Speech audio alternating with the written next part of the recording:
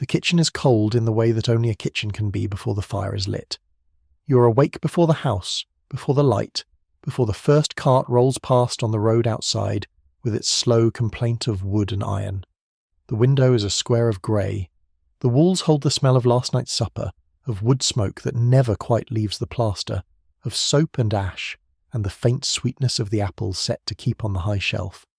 You stand in it the way you stand in your own life, without thinking, knowing where every plate is in the dark. You strike the match.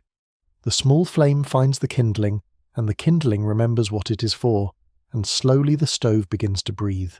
Warmth comes the way warmth always comes here, from the floor up, from the iron out, gathering itself round your ankles first and then your hands. You hold your palms toward it. The day has not asked anything of you yet. For this one held moment, the kitchen is only a kitchen, and the coin in the cup on the windowsill is only a coin, and the ledger on the table by the door is only a book with a leather spine that someone else will sign. On the table there is a cup, and in the cup there is a single coin, kept back from the marketing money, saved the way water is saved in a dry season, a little at a time, without announcement. You earned it. You will not say so out loud. You know, as every woman in this house has always known, that the coin is not yours. The law has a word for what you are, and it is a quiet word, and it does not include the coin. But there were women who looked at the cup, and the coin, and the ledger they were not allowed to sign, and asked a question so simple it had no answer ready. They asked what their work was worth. They asked to keep it. And a few of them, against everything, were told yes. Let the fire warm the room. Let your shoulders come down. This is a story about money and about marriage and about the long, slow turning of a law that called a woman invisible. But mostly it is a story to rest inside. There is nowhere you need to be. The coffee will keep. The light will come when it comes. To understand the women in this story, you have to understand the world they were born into. And to understand that world, you have to learn a single old word. The word is coverture. It is not a word anyone said at the breakfast table. It lived in law books and in the dry rooms where men in dark coats decided things. But it shaped the morning of every married woman in America for the better part of 300 years, and most of them never knew its name. They only knew its weight. Coverture meant, in the plainest terms, that when a woman married she disappeared. Not her body, not her work, which only multiplied. What disappeared was her separate existence in the eyes of the law. An old English legal writer named Blackstone put it as gently and as terribly as it could be put. By marriage, he wrote, the husband and wife are one person in law, and that one person was the husband. The wife became what the lawyers called a feme covert, a covered woman, her name folded into his the way a stream folds into a river and is not seen again. An unmarried woman was a feme soul, a woman alone, and strange as it sounds, she had more right to her own purse than her married sister ever would. You can feel how this sat over an ordinary day. A married woman could not own property in her own name. She could not sign a contract. She could not bring a case to court by herself, or be sued by herself, because in law there was no separate self to sue. Whatever she brought into the marriage became his to manage. Whatever she earned during it, every coin of every wage belonged to him the moment it touched her hand. The clothes she wore, strictly speaking, were not hers. There is a phrase that survives from those years, that a married woman owned nothing, not even the dress on her back, and it was not a flourish. It was the law as it was written. There were softer corners to it, and they are worth knowing, because the law was not only cruel, it was also strange. A wife had what was called a right to necessities. If her husband would not provide for her in keeping with his station, she could go to the shops and the taverns and run up charges in his name, and the courts would make him pay. Judges enforced this steadily, because the idea of a neglected wife offended them more than the idea of a powerless one. And there was pin money, the allowance a husband might give his wife for small things. But even pin money carried a hook. In the eyes of some courts, a thing bought with a husband's money remained the husband's thing, even when the wife had chosen it, paid for it, and carried it home. So the allowance was a kind of permission, not a kind of ownership. It could be given, it could be taken back. This is the country the women in this story walk through every day. Not a dungeon, a house. A house with a warm kitchen and children at the table, and a husband who might be kind or might be cold. And over all of it, invisible as the air, a rule that said the woman in the apron had no money of her own, and no name of her own, and no standing of her own, because she had given all of it, without quite meaning to on the day she said yes, and yet. The whole of this long quiet story is held in that word, and yet. Because women looked at the rule and lived inside the rule, and slowly in kitchens and courtrooms and the back pages of newspapers began to ask whether the rule could be made to bend. They were not, most of them, famous. They were seamstresses and shopkeepers and farmwives and teachers. They were not trying to overturn the world.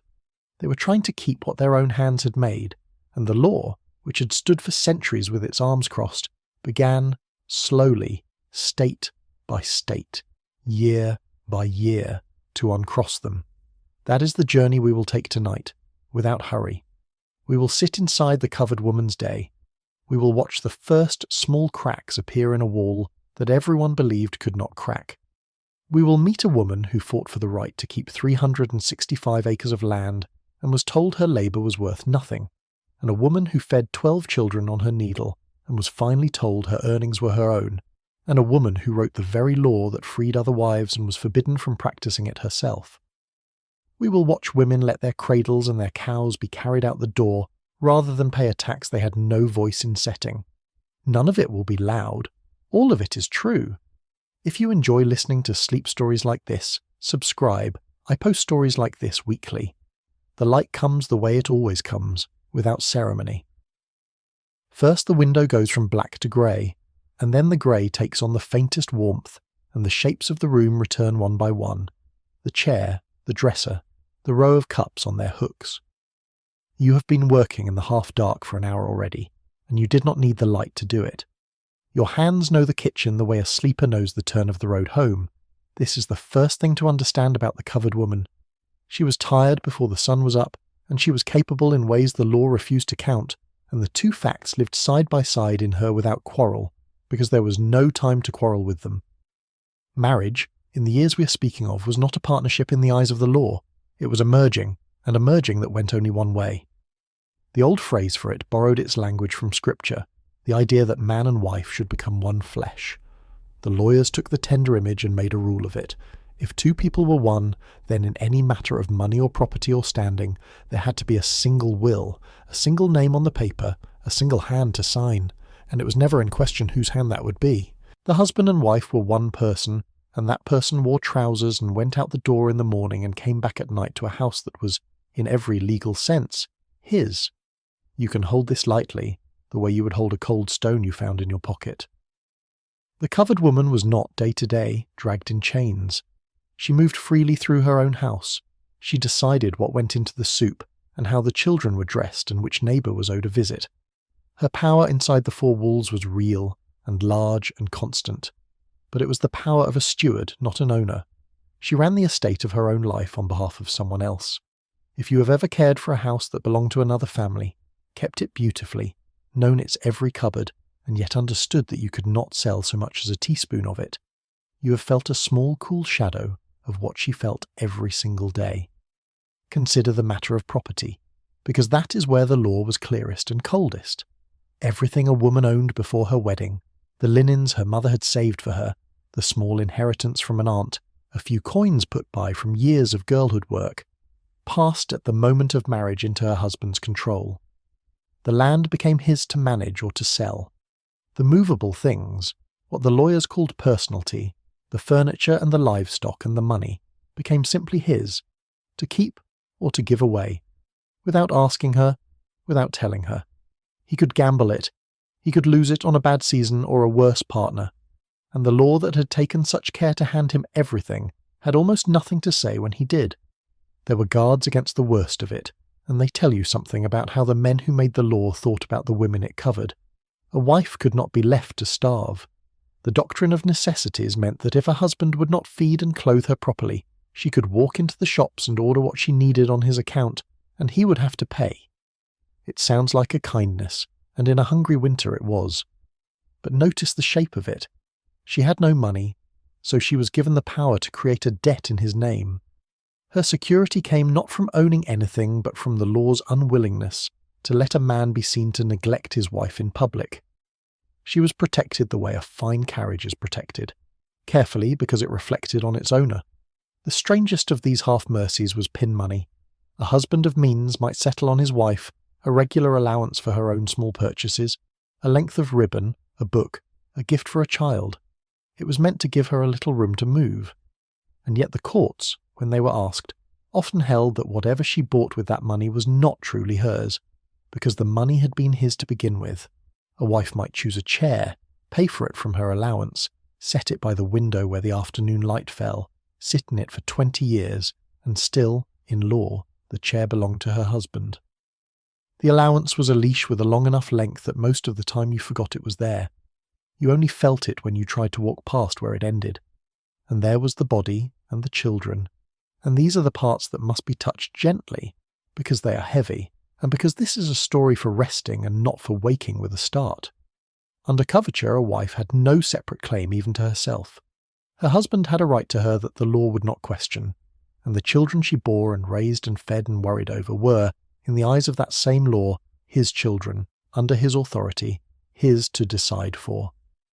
A mother who left, for whatever reason, however good, might never see them again, because they had never, in law, been hers to keep. We will not linger here. It is enough to know it, the way you know there is a cellar under the floor without going down into it. It was there. The women in this story lived above it every day, and walked and cooked and laughed and lived. Hold all of that, and then hold this. Most married women did not experience their lives as a tragedy. They experienced them as life. The law was the weather.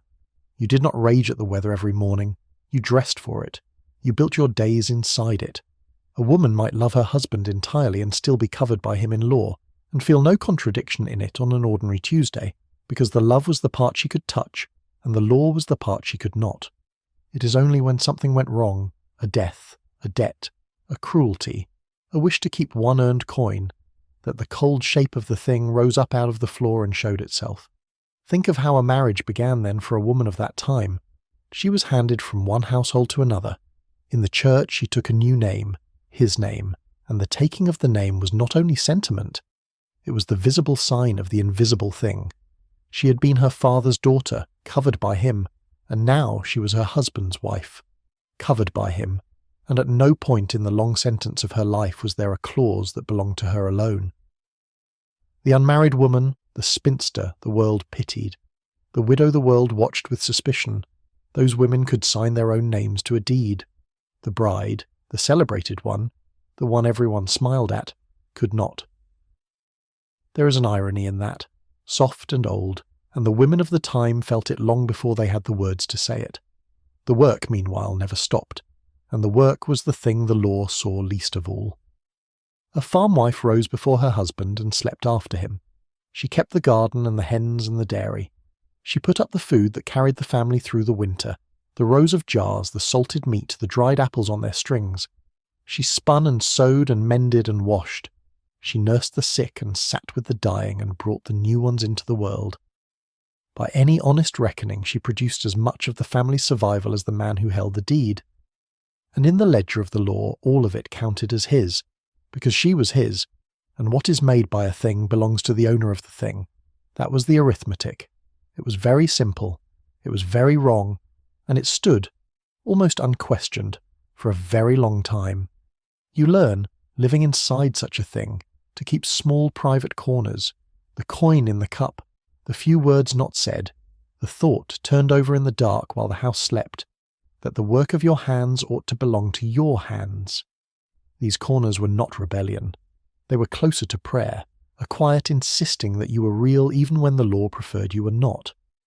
And it was from those corners, in the end, that the change came, not from a great hall, from kitchens like this one, from women like the one whose hands you're wearing tonight, who looked at all they made and quietly began to wonder why they could not keep even the smallest part of it. The fire has caught fully now. The room is warm. Outside, the grey has gone the soft gold of full morning, and the road has begun its slow, ordinary noise. Nothing has happened. A woman has lit a fire and thought a thought she would not say aloud. That is how all of it began. Every law that would later be argued in marble rooms by men in dark coats. It began here, where it was warm, with a woman who knew exactly what her work was worth, and had no one, yet, who would agree with her. There is an hour in the middle of the morning when the house belongs to you completely. The husband has gone to the field or the shop or the city. The older children are at their lessons or their chores. The youngest sleeps. You move through the rooms doing the 100 small things that keep a house alive, and in that hour the house answers to you and no one else. You know its drafts and its warm spots. You know which boards sighs underfoot. You have given this house your whole self for years, and it is not yours. That is the quiet fact you carry from room to room, light as dust and just as impossible to sweep entirely away. The deed, if there was a deed, had his name on it. The lease, if they rented, was in his name. When a woman married, the law did not see two people moving into a home together. It saw a man acquiring a household, and the woman was part of the household he acquired. Even the property she had brought with her, the land from her family, the small estate an aunt had left, came under his control the moment the vows were spoken. He could not always sell her land outright without certain forms being followed, depending on the place and the year, but he managed it, took its rents, decided its use. She watched her own inheritance be governed by a man, and the law called this natural and called it protection, and meant both words sincerely, which is perhaps the strangest part. A dowry, in the families that had one to give, made the bargain plain. The bride came with money or land or goods, and these passed to the husband or to the new household he headed. The dowry was spoken of as the daughter's portion, her share of the family's wealth, and so in a sense it was hers. But it was hers the way a gift is the giver's until the moment it leaves the hand. Once given, it was gone from her. It became the foundation a man built his standing on. More than one marriage was beneath the flowers and the vows a transfer of property dressed in white. The daughter was the occasion of the transfer. She was not, in law, a party to it. Now here is where the story turns its first soft corner, because the wealthy found a way around the wall, and the way they found tells you almost everything about who the law was built to serve.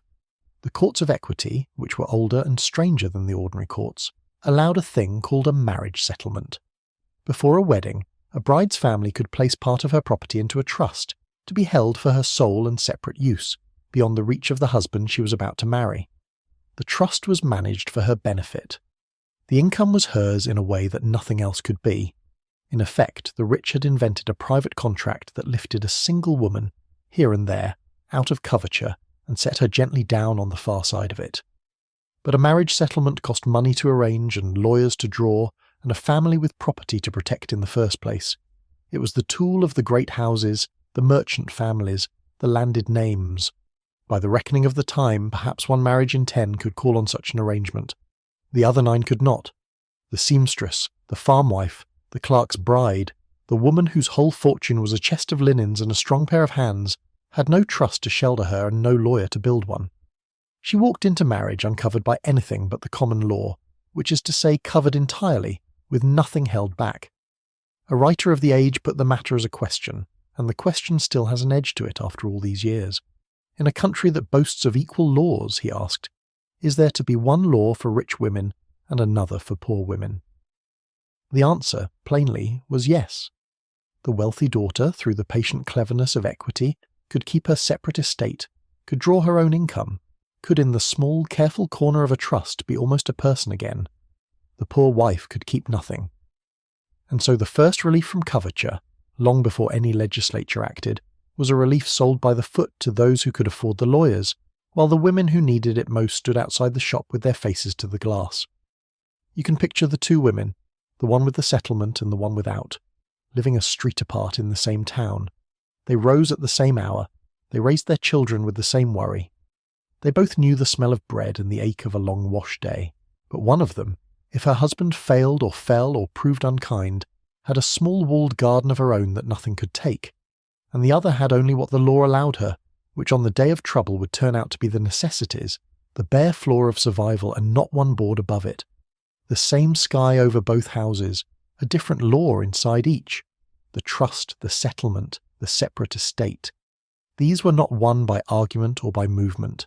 They were carved out quietly, by the rich, for the rich, to keep family money inside families, and the relief they offered to women was almost a side effect, a warmth that fell on a few because it served the interests of their fathers. A father who placed his daughter's portion in trust was not, most of the time, striking a blow for women. He was keeping his wealth from flowing into the hands of a son-in-law he did not entirely trust.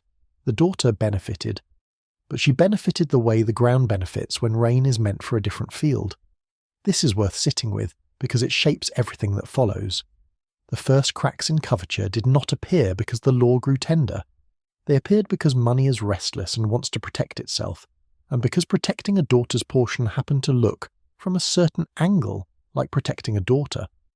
When the great change finally came, when legislatures began to pass acts with long, plain names about married women and their property, the men who voted for them often spoke not of women's freedom at all.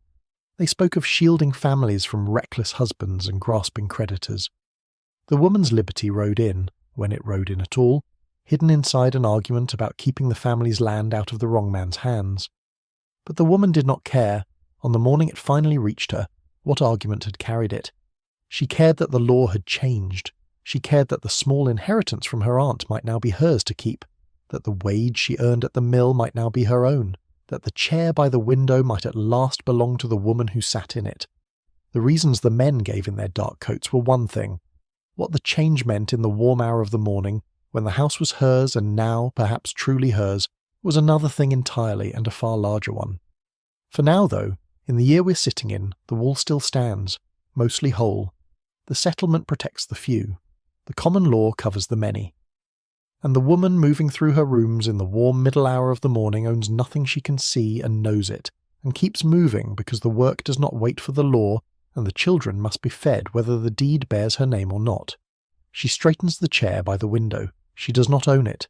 She sits in it anyway for one moment, in the good light, before the day asks for her again.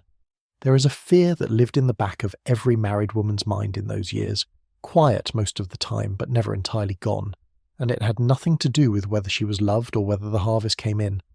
It was the fear of her husband's debts. Because under the old law, when a man owed money, his creditors could reach not only what he had brought to the marriage but very nearly everything the household held, including what his wife had brought, and the wife had almost no power to stop it. A woman could be careful all her life, could save and stretch and never waste a coin, and still watch everything carried off to pay a debt she had no part in making, run up by a man whose right to make it the law had never once questioned. Remember how completely Coverture had handed the husband control. The property the wife brought to the marriage became his to manage. The wages she earned became his. The household and nearly everything in it stood, in law, as his. And what is a man's, his creditors may claim. So if a husband borrowed beyond his means, or gambled, or speculated and lost, or simply failed in business through bad luck or bad judgment, the men he owed could come to the house and take what was there, and what was there was, by law, all his to lose. The wife's inheritance from her mother, folded into his estate at the wedding, could go to pay his debts. The furniture she had tended for 30 years could be carried out the door. She had given him, on her wedding day, the power to lose everything she had, and the law had stood and watched her give it, and called the giving natural. The one thin protection the law offered her was the doctrine of necessities, which we touched on long ago, and it shows exactly how far the law was willing to go for her, which was not very far. When the creditors had taken what they could, the wife was entitled to keep only the bare necessities, the floor of survival, enough to keep her and the children from destitution, and not one board above it. She was protected from starving in the road. She was not protected from losing nearly everything else. The law that had given her husband the power to ruin her drew the line only at letting her actually perish, and called that line her protection. It was the protection a man gives his horse, fed and sheltered because it would reflect badly on him to let it die, and for much the same reasons. Picture the day it came, in the households where it came, and it came in a great many. A man's affairs collapse, the notes fall due, the creditors, or the sheriff acting for them, arrive at the door, and the wife stands in her own home, which is not her own, and watches strangers move through her rooms, putting their hands on her things, the table, the chairs, the clock, the small treasures of a lifetime, carrying them out to be sold to satisfy a debt she may not even have known existed. She cannot stop them. She has no standing to stop them. The law that would not let her own these things while times were good will not let her keep them now that times are bad. She gave up her claim to all of it at the altar, and the bill for that giving has come due on a day she did not choose, for reasons that were never hers. And here is the turn. The thing that makes this more than a chapter of sorrow, because it was precisely this exposure, this terrible vulnerability of the wife and children to the husband's debts, that became one of the strongest arguments for changing the law. When legislatures finally began to pass the Married Women's Property Acts, many of the men who voted for them did not speak of women's freedom at all. They spoke of protection. They spoke of shielding the wife and children from the reckless husband, the gambler, the drunkard, the failed speculator. They saw a married woman's separate property not as a step toward her independence, but as a wall around the family's wealth, a way to keep at least some of it safe from a husband's creditors, so that the wife and children would not be thrown into the road when the man of the house failed. The woman's liberty rode in, when it rode in at all, hidden inside an argument about protecting families from bad husbands.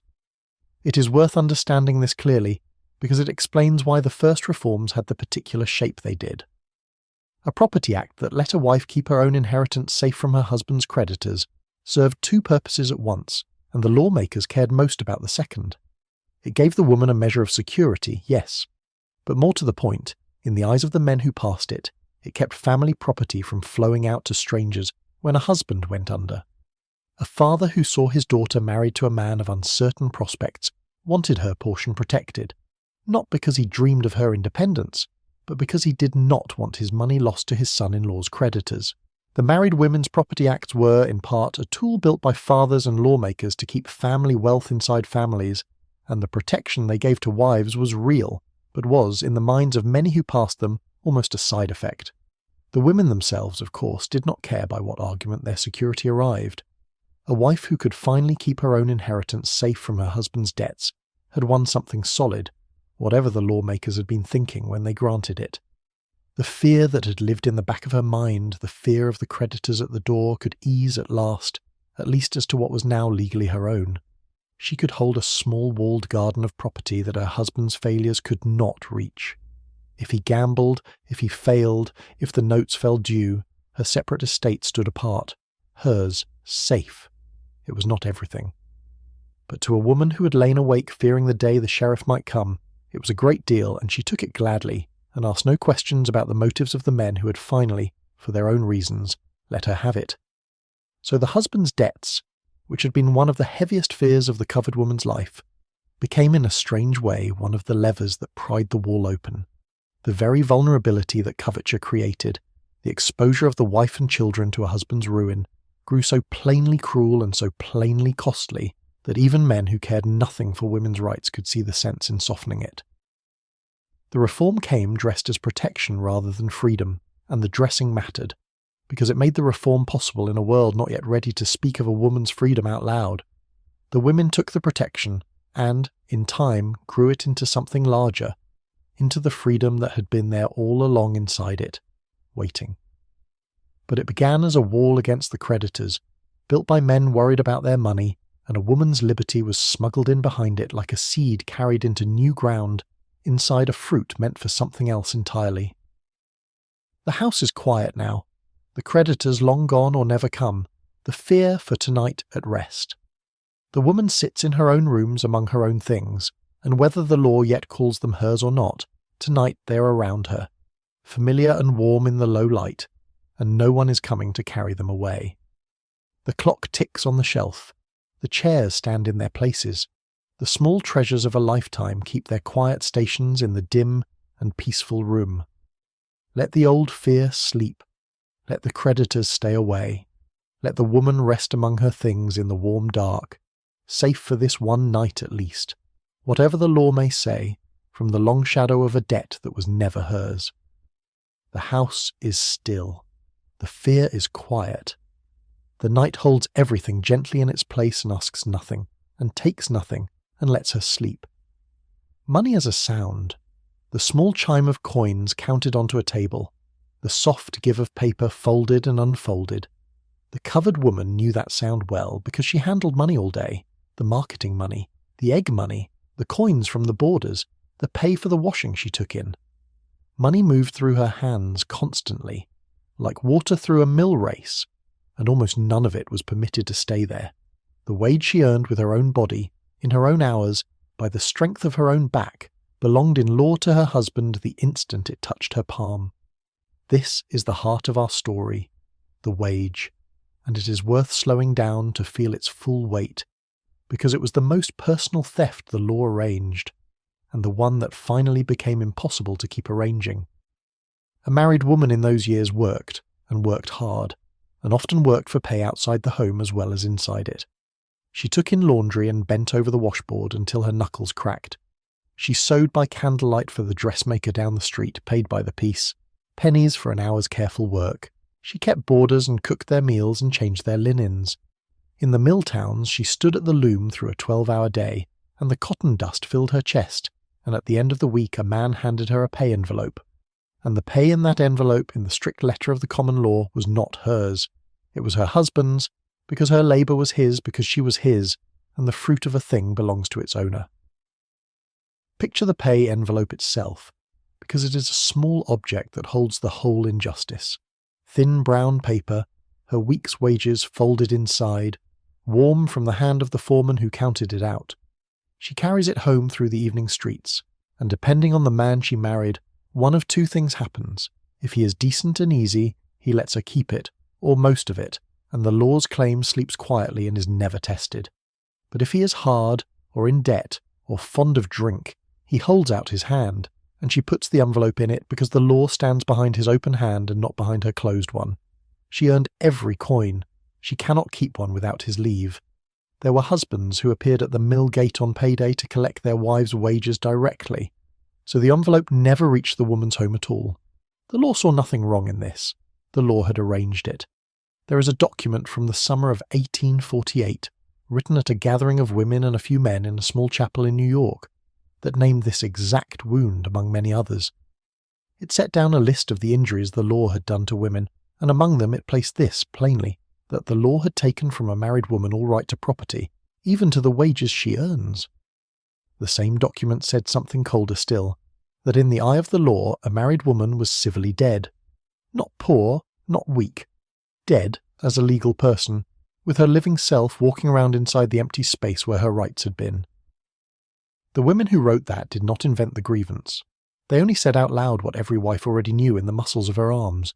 Civilly dead is a hard phrase, and we will not let it sit heavily, but we will let it be true for a moment, because the women of the time had to. It meant that a wife could not make a binding promise, could not be trusted by the law to keep her own word, could not stand in a courtroom and ask for what was owed her. If a man hired her, paid her, and then refused the rest of her pay, she could not by herself sue him for it. The case would have to be brought in her husband's name, for her husband's benefit, because she was not, in law, there to be wronged. Her labour was real, her exhaustion was real, the dust in her lungs was real. The legal person who might have collected the wage was a fiction folded into her husband, and the fiction held the coin. And yet, and here is the quiet thing the law did not reckon with, the work made the woman strong, and not only in her arms. A woman who keeps a household solvent through her own earning learns exactly what her earning is worth. She can do the sum in her head faster than any clerk. She knows that the boarder's money paid the coal bill, that the washing money bought the children's shoes, that without the envelope she carried home each week the family would have gone under. The law might call her labour invisible, but she could see it perfectly. She saw it every time she stretched $1 across a week that needed $2. The knowledge of her own value lived in her like a banked fire, low and certain, waiting for air. In the cities this knowledge spread faster, because in the cities women earned in greater numbers and could not pretend their wages did not matter. A factory girl who married did not stop being a factory girl. She brought her wage into the marriage, and the marriage often needed it badly, and so the fiction that her earning belonged to her husband collided every single week with the fact that the family ate because of what she made. When law and life rub against each other that hard, for that long something eventually gives. It is only ever a question of which, and when, and at what cost. Think of the mother bent over piecework at the kitchen table after the children are asleep, her needle going by the light of one lamp, the dressmaker's bundle beside her, every finished seam worth a fraction of a cent. She works because the family needs the money. She knows the money is needed, and she knows, in the part of her mind that never fully sleeps, that the money the law assigns to her husband is the money keeping her husband's children fed. There is no anger in the thought most nights. There is only the steady arithmetic of survival, and beneath it, very deep, the seed of a question. If the work is mine, and the need is ours, why is the coin only his? That question, asked quietly by 10,000 women at 10,000 kitchen tables, was the real engine of everything that changed. Not the grand speech, though there were grand speeches, and we will come to one or two of them. The engine was the daily collision between a law that said a wife earned nothing of her own and a life that depended week after week on exactly what she earned. The law could insist. Life could only persist. And life, over the long slow run of years, tends to wear insistence down the way a stream wears down a stone, not by striking it once, but by passing over it patiently until the shape of the stone has quietly changed. The lamp burns low. The piecework is finished and folded for the morning. The woman puts out the light and climbs the stairs, and her week's pennies, whoever the law says they belong to, have already become bread and shoes and coal, which is to say they have already become her children, which is a kind of ownership no statute ever managed to describe. She sleeps. The question sleeps with her, and grows, the way questions do, in the dark, where the law cannot reach to forbid them. We have spent much of this night in the country, in farmhouse kitchens and dooryards, among hens and gardens and the slow rhythms of the land. But a great many of the women in this story lived another life entirely, in the growing cities, in the shadow of the mills, and their world was harder and faster and louder than the farm, and the law of coverture pressed on them in its own particular way. Let's go there now, gently, into the city of the working wife, and see how the question of a woman's wages looked, from inside a tenement room at the end of a 12-hour day. The mill defined everything. It stood at the heart of the town, vast and brick and many-windowed, and it ran on the labour of women and children as much as men. Inside, the great machines turned without rest, the looms and the spindles, and the air was thick with cotton dust, and the noise was a single unending roar that a worker learned to live inside until she almost stopped hearing it. A married woman stood at her loom through the long day, watching the threads, mending the breaks, breathing the dust that would, over the years, settle into her chest and stay. She worked because the family needed every wage it could gather. Hers and her husband's, and often the children's too, all of it pooled against the high rent and the low pay, and the constant nearness of want. At the end of the week came the pay envelope, and here the law of coverture met the life of the city most directly. The wages a married woman earned at the loom belonged by the old law to her husband, and in the mill towns this was not an abstraction. There were husbands who came to the mill gate on payday and stood waiting as the women streamed out and collected their wives' wages directly from their hands before the women had carried them a single step toward home. The envelope passed from the foreman to the wife to the husband in the space of a few minutes, at the gate, in the open, and the law saw nothing wrong in it, because the wage had been the husband's all along. A woman could work the entire week, breathe the dust, stand the 12 hours a day, and never once hold her own pay long enough to feel its weight. The tenement waited at the end of the walk home, and it was a world unto itself. A room, or two if the family was fortunate, in a building packed with other families, the stairs dark, the water shared, the privies in the yard. Here the working wife did her second day's work after the first, for the household did not keep itself. She cooked over a small stove in the corner. She washed what could be washed in the shared and crowded conditions. She tended the children who were too young for the mill and worried over the ones who were not. The farm-wife at least had air and space and the small economy of her dooryard. The city wife had neither. Her labour was doubled, the mill and the home both, and her one possible thread of independence, the egg money of the countryside, did not exist here. For there were no hens in a tenement, no garden, no surplus to sell, no overlooked corner where a few coins of her own might gather. And yet the city, for all its hardness, also pressed the contradiction of coverture closer to breaking than the farm ever did, precisely because the wages here were so visible and so necessary. On the farm, a wife's labour dissolved into the general life of the household, hard to point at, easy for the law to overlook. In the mill town, a wife earned a wage in coins, a definite sum, handed over in a definite envelope on a definite day, and the family's survival depended on that sum as plainly as anything could.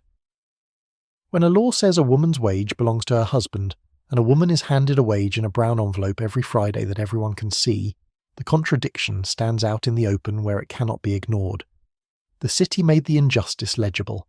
It wrote it in coins every week at the mill gate for anyone to read. The city women also found one another faster and in greater numbers than the scattered farmwives could. In the tenements they lived stacked together, dozens of families in a building, and the women knew one another's lives in close and constant detail. They minded one another's children, shared what little they had, sat together on the stoops in the evening heat, passed news and grievance and the small comforts of company from door to door. And out of that closeness, in the mill towns came some of the first stirrings of women organising as workers, beginning to wonder aloud why their wages were not their own, why their conditions were what they were, why the law and the mill and the husband all seemed arranged to take what their hands produced. The crowding that made their lives so hard also made them harder to keep silent, because a grievance shared by 100 women living wall to wall does not stay private long. It would be wrong to paint the city only in shadow, for there was life in it, and even joy, the way there is life and joy in every place where people live close and work hard and hold one another up.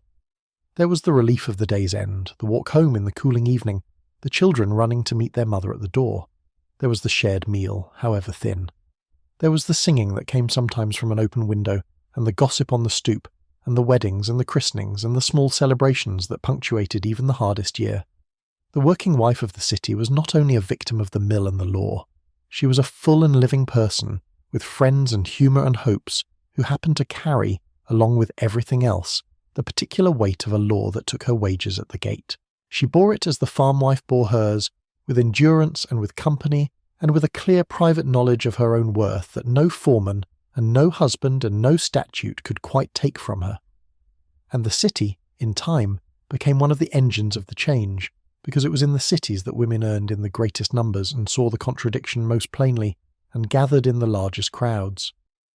The earnings acts mattered most of all to the women of the mill towns, for they had the most wages to protect and the least of anything else. When a state finally said that a married woman's wages were her own, it was the woman at the loom, more than almost anyone, whose life that sentence reached into. The envelope at the gate could now, by law, stay in her own hand. The husband waiting at the gate now waited, at least in law, with no claim. It did not change every marriage, for fear and love and habit still ruled in many a tenement room. But it changed the ground beneath them all, and the woman who carried her own wages home for the first time, all the way home, into her own hand, knew that something in the world had shifted, even if she could not have said exactly what. Picture her then, on the first payday after the law had changed, walking out through the mill gate with her envelope. Perhaps her husband still waits, out of habit, and perhaps she still hands it over, out of habit or love or weariness. But perhaps this once she does not. Perhaps she folds the envelope into her own pocket and walks past the gate, and carries her own week's wage all the way home through the cooling evening streets, the coins warm against her, hers by law at last as they had always been hers by right. It is a small thing and an enormous one. The dust is still in her chest and the rent is still too high and the room is still crowded and dim. But the wage is in her own pocket and the law, for once, is standing behind her closed hand and not the open one held out beside her. She walks home through the loud, bright, dangerous, wonderful city, carrying her own pay, and the gate falls away behind her, and she does not look back. The city quiets at last, as even the loudest places do, when the mills fall silent for the night and the tenements settle into sleep. In a small room high up under the roof, a woman who stood 12 hours at her loom lies down at last in the dark, her work done, her wages tonight, her own. Below her the city breathes its great tired breath, 100,000 workers settling into rest, the machines cold and still until the morning. She closes her eyes. The roar of the looms still echoes faintly in her ears, the way the sea echoes in a shell, fading slowly towards silence as she sinks towards sleep. Let it fade. Let the great machines stay cold. Let the loud, hard city grow soft and far away. The wage is in her pocket, and the work is done, and the night, even here, even high up under the roof in the crowded heart of the city, is quiet now, and hers, and deep. A wall does not announce when it begins to fail. The first crack is small and in an out-of-the-way place, and no one standing in the warm room on the other side feels the floor shift. So it was with Coverture. The change that would one day reach the kitchen where you're sitting began far away, in a southern state, in a courtroom, over a matter that had nothing to do with freedom and everything to do with property. And the first woman whose case pried open the wall was not a reformer at all. She was simply a wife who did not want her things taken to pay her husband's debt. The place was Mississippi, and the year was the late 1830s, and the woman's name was Betsy Love Allen. She was a Chickasaw woman, and in the law and custom of her own people, property did not pass to a husband the way it did under the English common law that the white courts followed. Among the Chickasaw, a married woman kept what was hers. When her husband fell into debt, a creditor came to seize property that, under common law, would have been counted as the husband's to lose. But the court looked at the older arrangement, the one that recognised her separate ownership, and held that the property was hers and could not be taken for his debt. It was a narrow ruling about a particular family. It was also a hairline crack running up a wall that everyone believed was solid stone. We must be honest about what the property in that case was, because the history of these first laws is braided through with a darker history, and to leave it out would be to tell you a softer story than the true one. The property the court protected for Betsy Love Allen included enslaved human beings. The very first legal recognition in America that a married woman might own something her husband could not take was bound up with the ownership of other people who had no rights at all. The law's small mercy to one woman rested on its total cruelty to others. This is not a comfortable thing to carry into a quiet night, and we will not turn it over and over.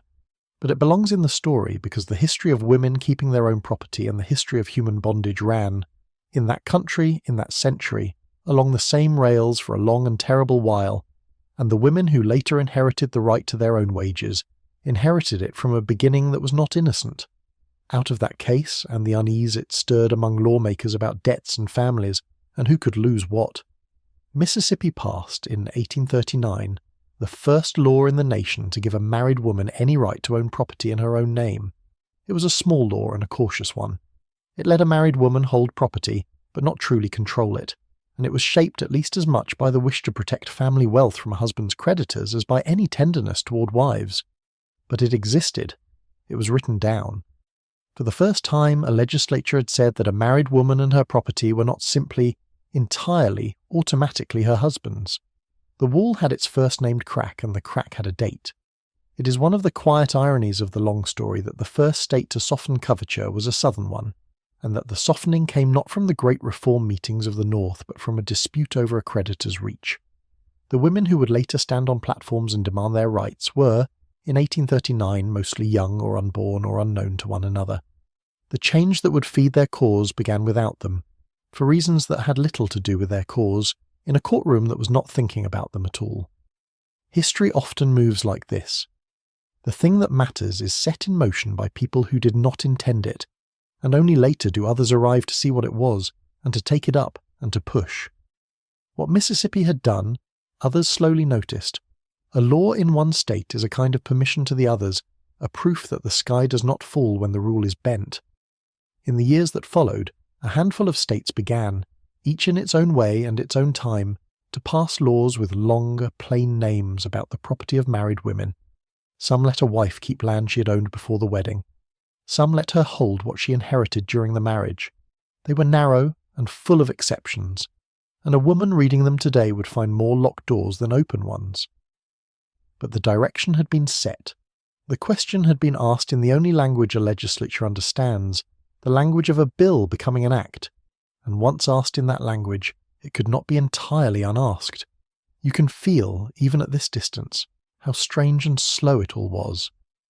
There was no single morning when coverture ended. There was no proclamation read in the square. There was only a law here, a ruling there, a state that acted and 3 states that did not, a provision that helped a few women and left the rest exactly where they had always been. A woman in Mississippi after 1839 had a sliver of protection that her sister across the river in another state did not. The same country, the same century, the same God invoked in the same churches, and a woman's right to her own property depended entirely on which side of an invisible line her husband had chosen to settle. The unevenness of it was its own kind of cruelty, and also its own kind of hope. because unevenness means motion, and motion means the thing is not fixed forever. Sit for a moment with the largeness of a small beginning. A Chickasaw woman did not want her property taken for a debt that was not hers.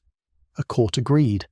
A legislature, nervous about creditors and family wealth, wrote a careful law. None of them were trying to free the wives of America, and yet the line that runs from that courtroom to the day a seamstress in Pennsylvania was finally allowed to keep her own earnings, and onward to the day the chair by the window truly belonged to the woman who sat in it, begins right there in the late 1830s in the South in a case about property and debt. The first crack. So small that no one in the warm room felt the floor move at all. It is the nature of these beginnings that they look like nothing while they are happening. The woman lighting her fire in 1840 did not know that a law had changed in a state she would never visit. The news did not reach her. It would not have helped her if it had, for her own state had done nothing yet. She lit her fire and carried her wages home and put one coin back in the cup, and the great slow machine of legal change ground forward somewhere beyond her hearing, on her behalf, without her knowledge, in a process that would take longer than her lifetime and longer than her daughter's. That is the hard mercy of it. The women who began the change did not live to keep what it won. They built a road they would never travel, for travellers they would never meet, and they did it mostly without knowing they were building anything at all. The fire settles into its steady afternoon burn. Far away, in a courthouse you will never see, in a state whose name you may never have reason to say, a clerk files a paper that begins, in the smallest possible way, to change the meaning of your life. You do not hear it. There is nothing to hear. There is only the fire and the long light and the slow turning of something far too large and far too slow to feel. The wall still stands, but it is no longer perfect. Somewhere, near the bottom, in the dark, it has begun very quietly to give. There is a particular quiet that settles over a house in the first weeks after a death. The work goes on because work always goes on, but it goes on under a hush, as if the rooms themselves were listening for a footstep that will not come. The widow moves through that hush, and the neighbours bring food, and the children are gentle, and somewhere in the middle of her grief a strange thing happens that the law had been holding in reserve for her all along. For the first time in her married life she becomes, in part, a person who owns. Coverture, which had covered her completely while her husband lived, loosened its hold the moment he died. The widow stood in a freedom she had not asked for and would have traded in an instant to have him back. The law called the central piece of this dower, and it was very old, older than the laws we have been speaking of, woven into the common law from the deep past. Dower was the widow's right to a portion of her late husband's land, usually a third, to use and to draw income from for the rest of her own life. It was not full ownership in the modern sense. She could not always sell it freely, and at her death it passed onward to the heirs. But it was hers to live on, hers to keep her from destitution, a flaw the law slid under her in the hour she most needed one. The wife who had owned nothing for 30 years of marriage became, as a widow, the holder of a third of the ground she had worked, and the holder of it by right, which no creditor of her late husband could simply sweep away. There is something almost tender in dower, and something almost cruel, and the two are the same thing seen from different sides. Tender, because the law that had given a wife no standing at all did at least refuse to let her be turned out into the road when her husband died. It guaranteed her a roof and a portion. It understood, in its slow stone way, that a woman who had given her whole life to a household had earned a place in it that death should not erase. But cruel, too, because the only path the law offered a woman to ownership of the land she had tended ran straight through the grave of the man she had married.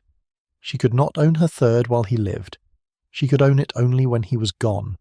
Her independence and her loss arrived in the same envelope, sealed together, impossible to separate. Think of what this meant for how a woman understood her own life. While her husband lived, she was covered, and the land was his. Should he die first, as men often did, worn out by the same hard years that wore her out, she would step into a portion of her own. So the widow's third hung over every marriage as a strange far promise, a freedom that could only be reached by the road of widowhood. No woman wished for it. Every woman knew it was there. It shaped the way a wife thought about age and money and the future, in a quiet underneath the surface of her days. If she outlived him, she would at last hold something.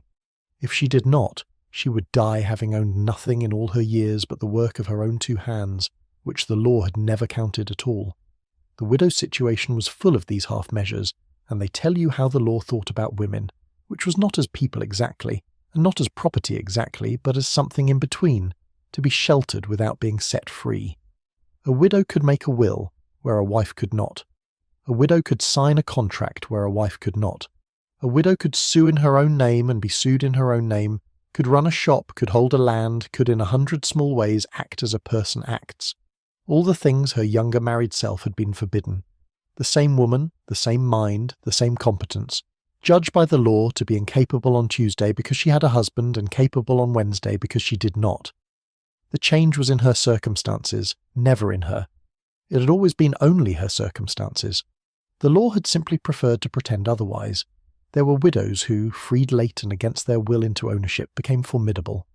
A woman who had run a household and a farm and a family for decades, who knew the price of everything and the worth of everyone, took up the holding of property as if she had been waiting her whole life to do it, because in a sense she had.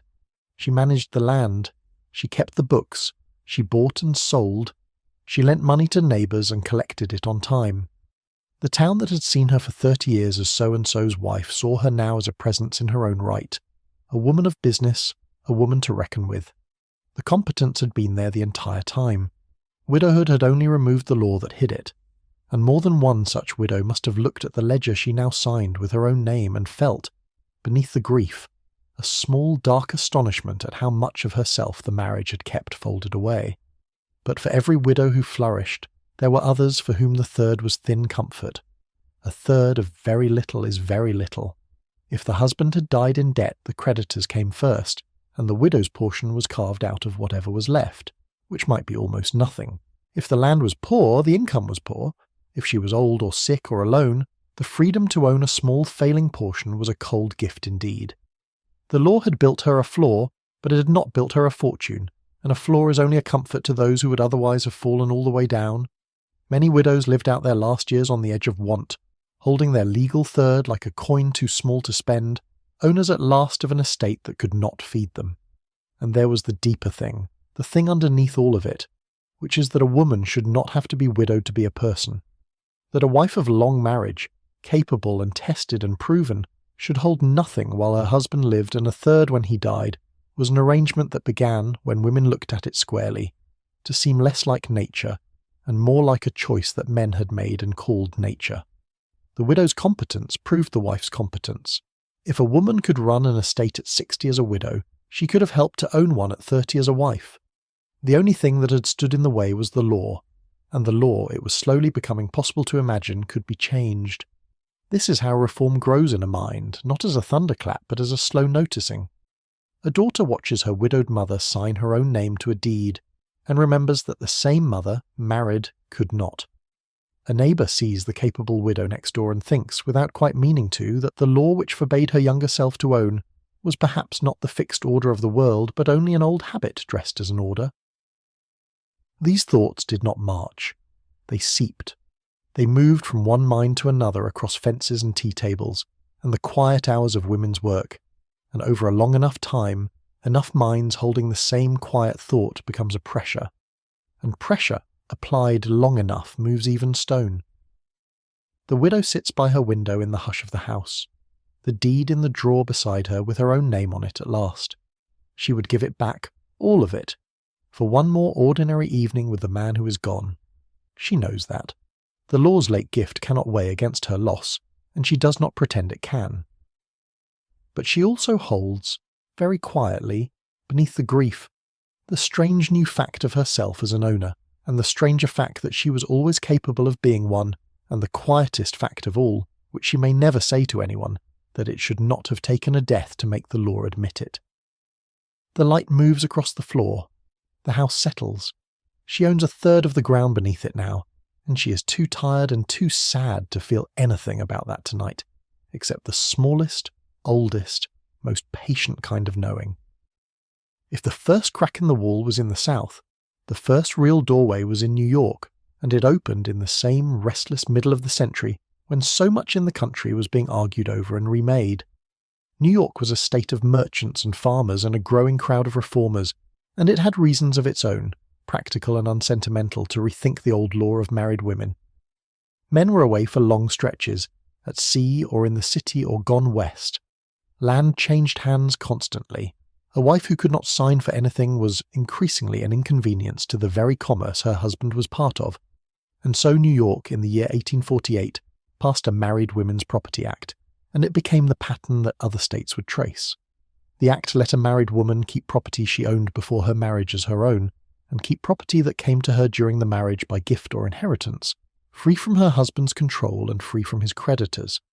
It sounds modest, set down so plainly, and in truth it was modest. It did not free her from coverture whole. It did not yet say that her wages were her own.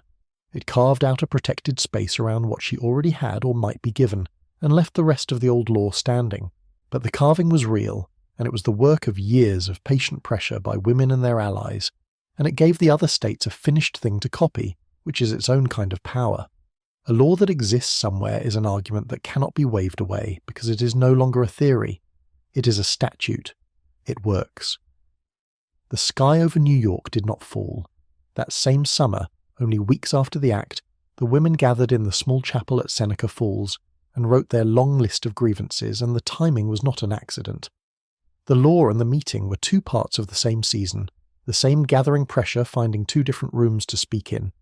The act had shown what a legislature could be made to do. The meeting set down, in ringing language, how much more remained. The women who wrote that the law had taken from a wife even the wages she earns were writing in a state that had just begun, barely, to give some of it back. They knew the door had opened a crack. They meant to put their shoulders to it and push it wide. There was an even earlier hint, small and easy to miss, that points at how the change would come. A few years before the Great Act, New York had passed a narrow provision about inventions. If a married woman invented something and secured a patent for it, the law allowed her to hold that patent and to keep what it earned as if she were unmarried. It was a tiny window in a vast wall, meant for the rare woman with a clever idea and the means to patent it, and almost no one could use it. But look at the words, as if she were unmarried. The law had found a phrase for lifting a woman, in one narrow matter, out of coverture and setting her down beside the feme soul, the woman alone, who could own and earn and keep. Once the law had used that phrase for inventions, it became thinkable to use it for other things, for trade, for wages, for the ordinary earning of ordinary women. The window for inventors was a rehearsal for a door, and then, 12 years after the Property Act, New York took the larger step, the one that reaches all the way to the kitchen where you're sitting. In 1860 it passed an act that said, in language a tired woman could understand, that a married woman might carry on any trade or business, or perform any labour or service on her own separate account, and that the earnings from her trade, her business, her labour, her services, would be her sole and separate property. Read that again, slowly, the way it deserves to be read.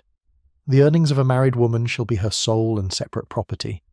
The wage in the brown envelope, the pennies from the piecework, the boarder's money, the washing money, the law of New York now said, were hers, not her husband's, hers. The fiction that had folded her labour into his had been, in that one state, in that one year, set aside. It is hard, from this distance, to feel how large those few dry words were. A statute is not a sunrise. It does not pour warmth across a field. It sits in a book, and most of the women it freed never read it, and many of them, depending on their husbands, never had cause to test it. But its existence changed the shape of what was possible. A woman in New York after 1860 who earned a wage now had, behind her closed hand, the law itself. If a man tried to take her earnings, she had ground to stand on that her mother had never had. The envelope was hers. The arithmetic she had always carried in her head was now, at last, written into the statutes of the state. Life and law, which had rubbed against each other so hard for so long, had begun, in New York, to agree. The pattern spread the way these things spread unevenly by fits and starts, each state in its own time and on its own terms. Some had moved before New York in small ways. Maine, in the late 1850s, opened its own path for married women to act in business. Others followed in the decades after, copying New York's words or writing their own, granting property rights and then, separately and often later, earnings rights, because the two were not the same, and the second was harder to win than the first. To let a woman keep an inheritance touched only the dead. To let her keep her wages touched the living arrangement of every marriage, the daily question of whose hand the envelope went into, and that struck closer to the bone, and so it came slower. You can map the change across the country like weather moving across a continent, and it moved at the pace of weather, which is to say at the pace of seasons, not of hours. A woman in one state earned wages that were her own by law. A woman a day's travel away earned wages that still, by law, belonged to her husband. The line between them was invisible and total. Cross it, and your week's pay changed its owner. The unevenness meant that for decades the same country held both the old world and the new, side by side, and a woman's most basic right to her own labour depended on the accident of where her marriage happened to be. It was patchwork, and the patchwork was slow, and to the women still on the wrong side of the line it must have seemed unbearably slow. But the patches were spreading. The map was changing colour, county by county, statute by statute, across the long second half of the century. What had begun as a hairline crack in a southern courtroom had become, in New York, a written door, and the door had a phrase carved over it that other states would borrow again and again. Her sole and separate property. 4 words to undo 300 years. They did not undo it all at once, and they did not undo it everywhere, and we will see, in the chapter to come, how stubbornly the courts that had to apply those words tried to read them small. But the words were there now, in the law, in black ink, and words in the law have a way of outlasting the men who resist them. A door once built can be narrowed and bolted and argued against. It is very hard, once it has been built, to make it disappear. The afternoon light has gone long and gold. The woman at the window cannot know that a legislature in a distant capital has carved 4 words into the law that will, in time, reach down through the years to her granddaughter and set a coin firmly in that girl's hand and call it hers. She knows only her own day, her own kitchen, her own quiet cup with its quiet coin. But the door is open now, somewhere, and doors, unlike walls, are made to be walked through. The light fades by slow degrees. The room grows dim and warm. Somewhere ahead, beyond where she can see, a woman she will never meet is already walking toward the door and through it. A law is only the beginning of a thing. After the legislature writes it, the courts must read it, and reading is not a neutral act. The judges who took up the new statutes about married women had been raised on the old law, had studied it, had built their whole understanding of the world on the principle that husband and wife were one. When a plainly worded act arrived on their desks saying that a married woman's earnings were her own, many of them did not throw open the door the legislature had built. They studied the door frame, they measured it, and wherever the wording left the smallest gap, they read the law as narrowly as it could possibly be read, and let as little of the old world go as they could manage. This is the part of the story that frustrates, and we will hold it gently, because a frustrated mind does not drift towards sleep, and there is no need to grip it. But it is true, and it matters, that winning the law and winning the world were 2 different victories, and the second came long after the first. A woman might live in a state whose statute clearly said her wages were her separate property, and still find, when she went to court to claim them, that the judge had found a way to hand them back to her husband. The act said the earnings of her trade or business or labour were hers. The judge would ask, with great seriousness, whether the work she had done truly counted as a trade, or a business, or labour in the sense the legislature must have meant, and would very often decide that it did not. The deepest of these narrowings touched the work done inside the home, and it was the most natural injustice of all, because it grew straight out of the old idea of one flesh. The new laws gave a wife the right to her separate earnings, but the courts held again and again that the labour she performed for her own household and her own husband was not separate at all. It was the labour a wife simply owed, the natural service of the marriage, and it earned her nothing she could claim, because it was already his by the bargain of the wedding. So a woman could keep what she earned from a stranger. She could not keep, and could not even count, what she gave to her own family, which was almost everything she did. The cooking, the washing, the nursing, the raising of the children, the keeping of the whole house alive remained in law his, paid for by the marriage itself, owed and not owned. There was a hardening of this idea, late in the century, that is almost breathtaking in its logic. A court reasoned that by the very act of marrying, A woman had agreed to give her labour to her husband and had given up her claim to its fruits. The statute might say her earnings were hers, but she had, by saying yes at the altar, consented in advance to let her husband keep what her hands made within the marriage. Her wedding became, in this reading, a contract in which she had signed away the thing the legislature was trying to give her back. The law had handed her a key with one hand, and with the other declared that she had locked the door herself, years before, on the day she was happiest. It is a marvel of reasoning, cold and complete, and women lost cases by it. Across the country, the picture was a patchwork of half-measures and holdouts. By the late 1880s, decades after New York's door had opened, fully a third of the states had still not passed any clear law protecting a married woman's earnings. A third! After all that time, in those states a wife's wage remained, as it had always been, her husband's by right. And a few states held out far longer than that, clinging to the old common law into the new century, reading every statute against the woman, granting married women almost no separate standing at all until the 1890s or beyond. There were corners of the country where a married woman's right to keep what she earned did not arrive until well into the 1900s, within the memory of people who would live to see automobiles and airplanes.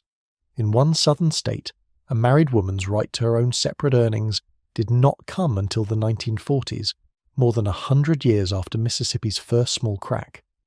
Think of what that meant for the women who happened to live in the slow places. A seamstress in a state with a strong earnings law kept her wages and built, perhaps, a small business of her own.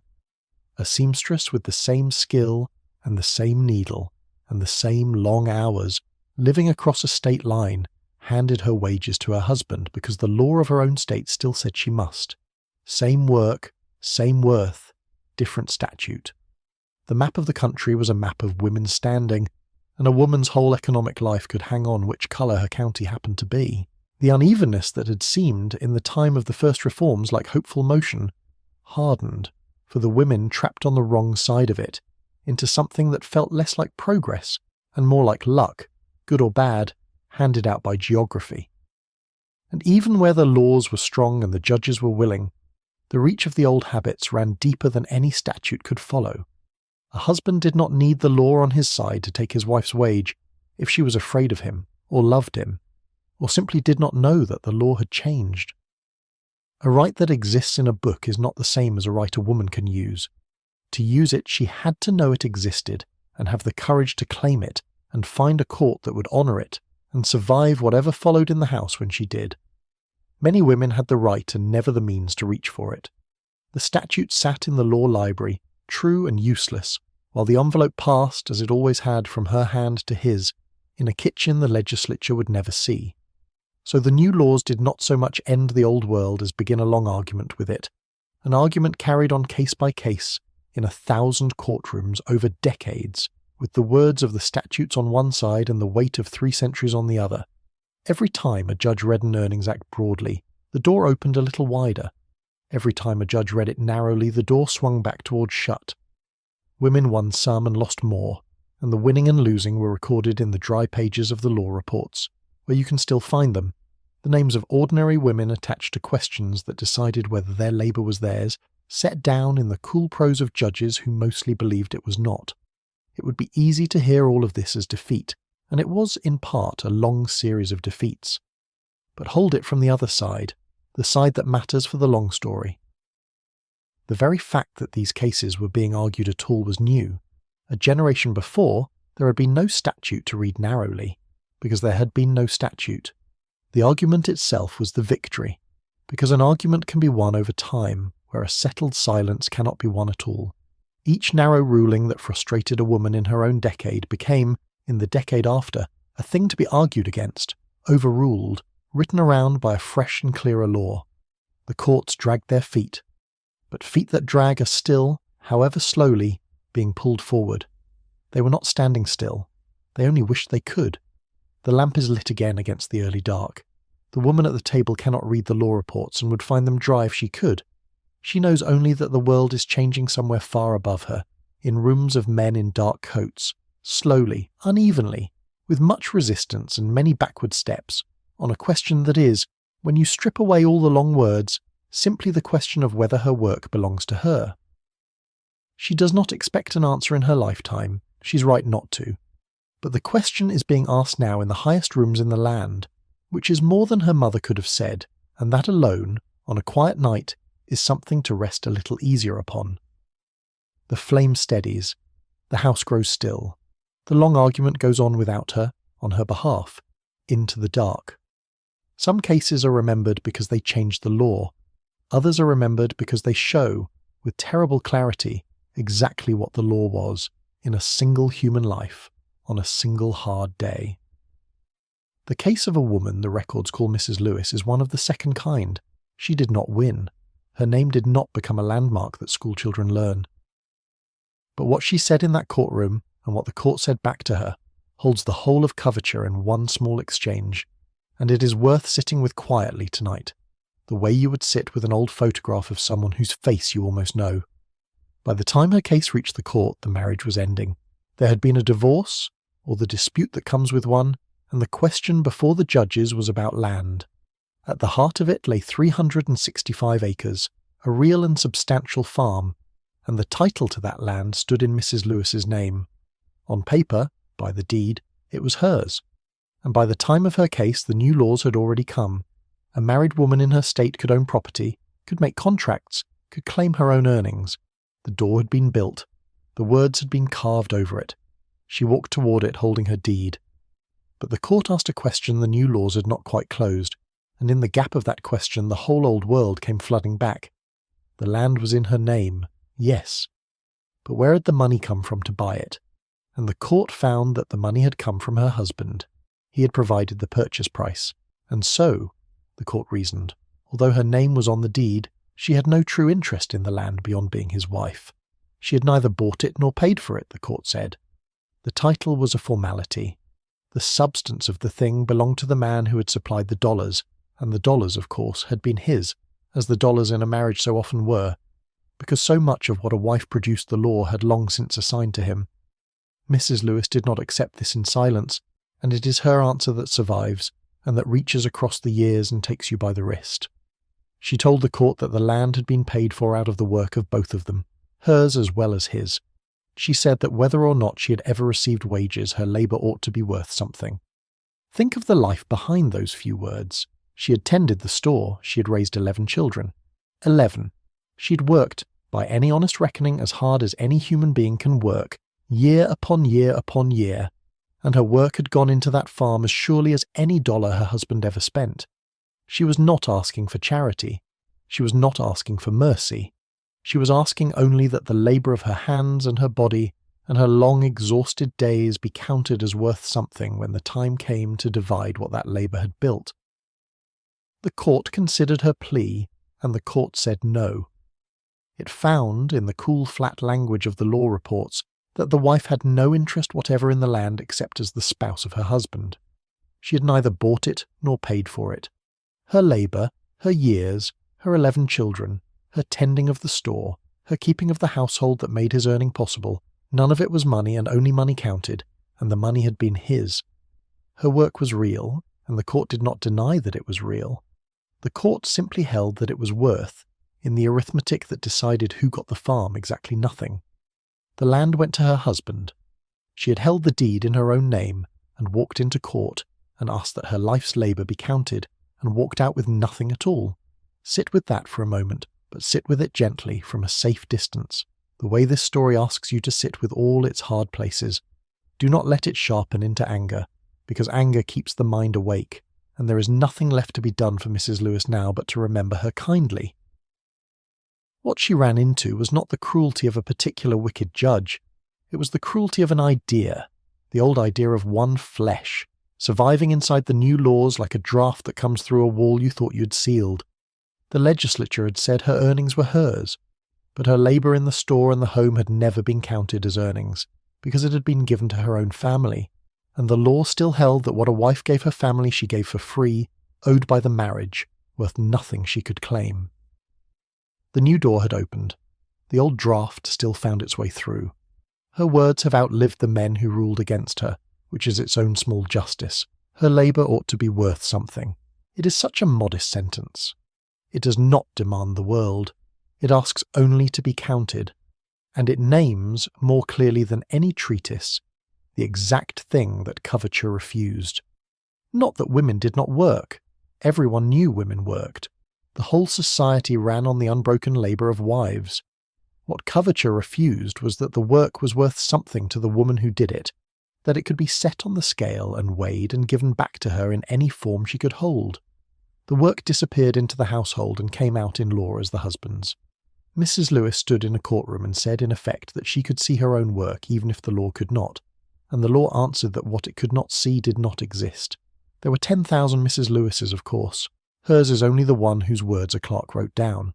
For every case that reached a courtroom, there were countless women who never went to court at all, who simply lived the same arithmetic without ever putting it to a judge, who built farms and businesses and fortunes with their husbands, and held, in the end, no claim to any of it. The divorced woman who walked away with nothing. The widow whose husband's debts ate her third. The wife who watched the business she had run for 30 years pass entirely to a son because she herself had never in law owned a share of it.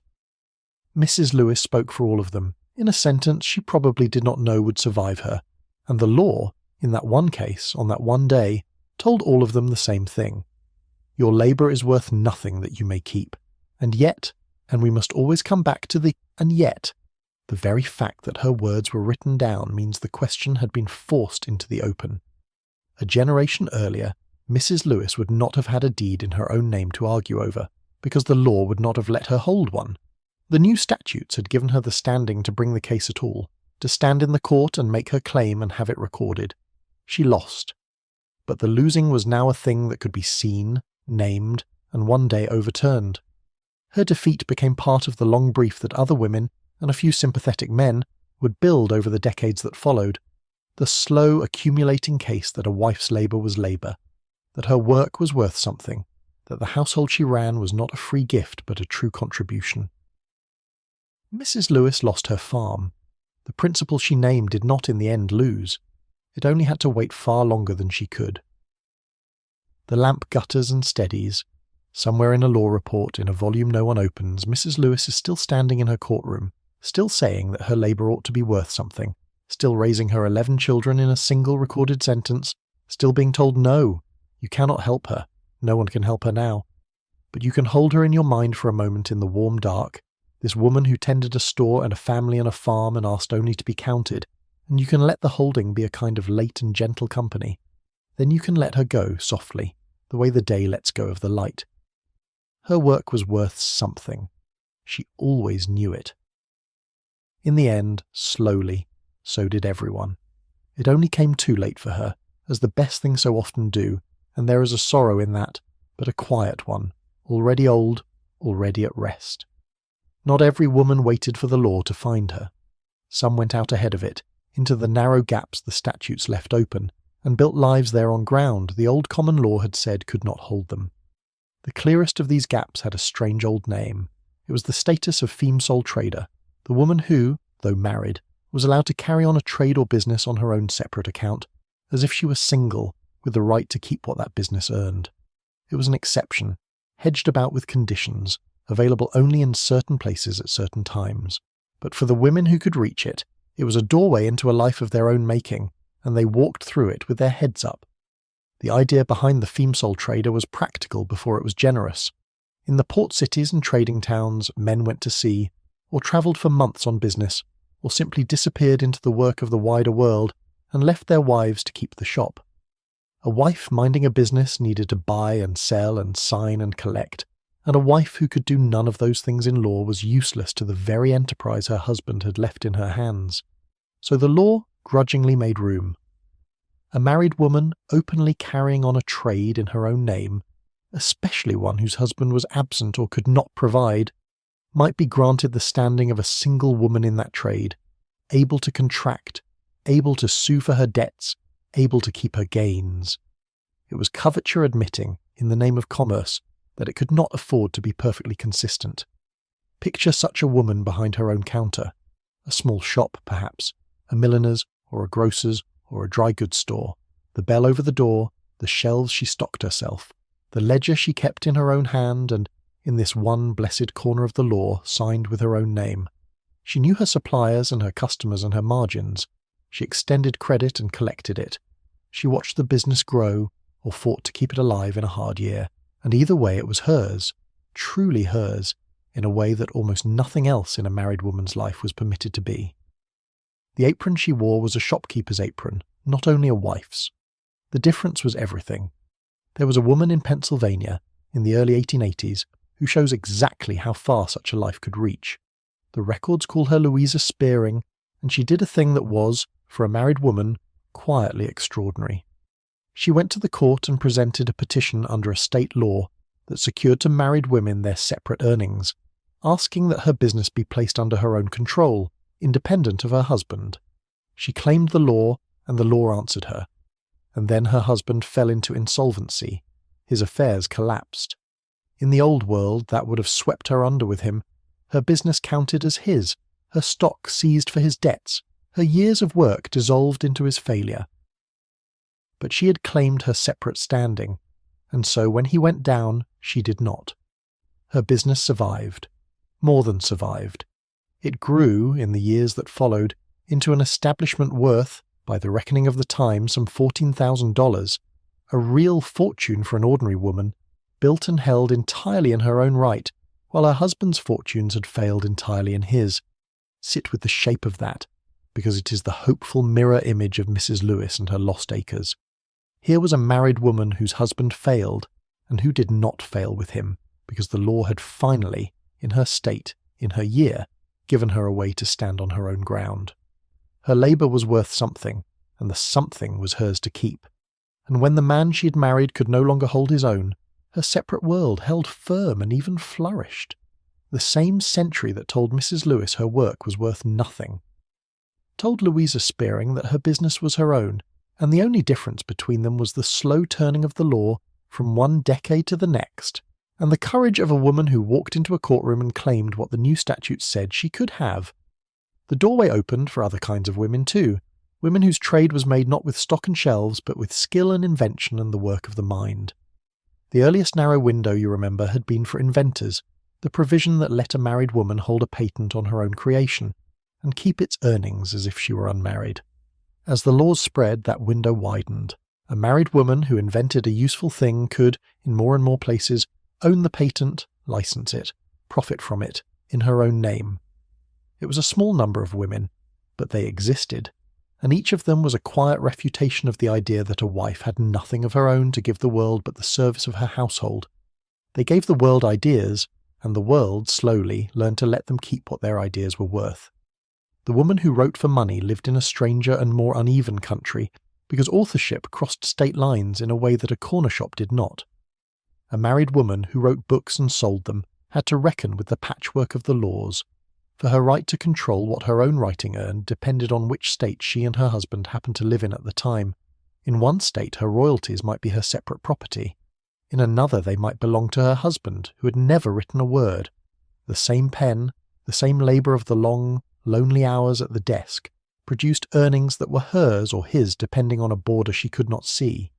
Women of letters learned to watch the laws the way a sailor watches the weather, because their livelihood, the fruit of their own minds, hung on the accident of jurisdiction.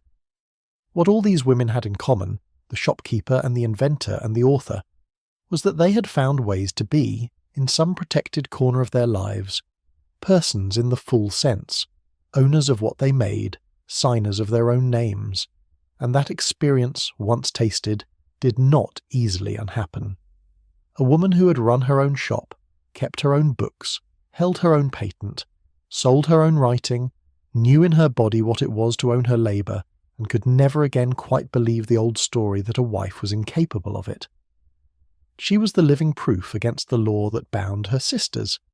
Every femme sole trader behind her counter was an argument with legs, walking through the town, doing daily what the old common law had sworn a married woman could not do.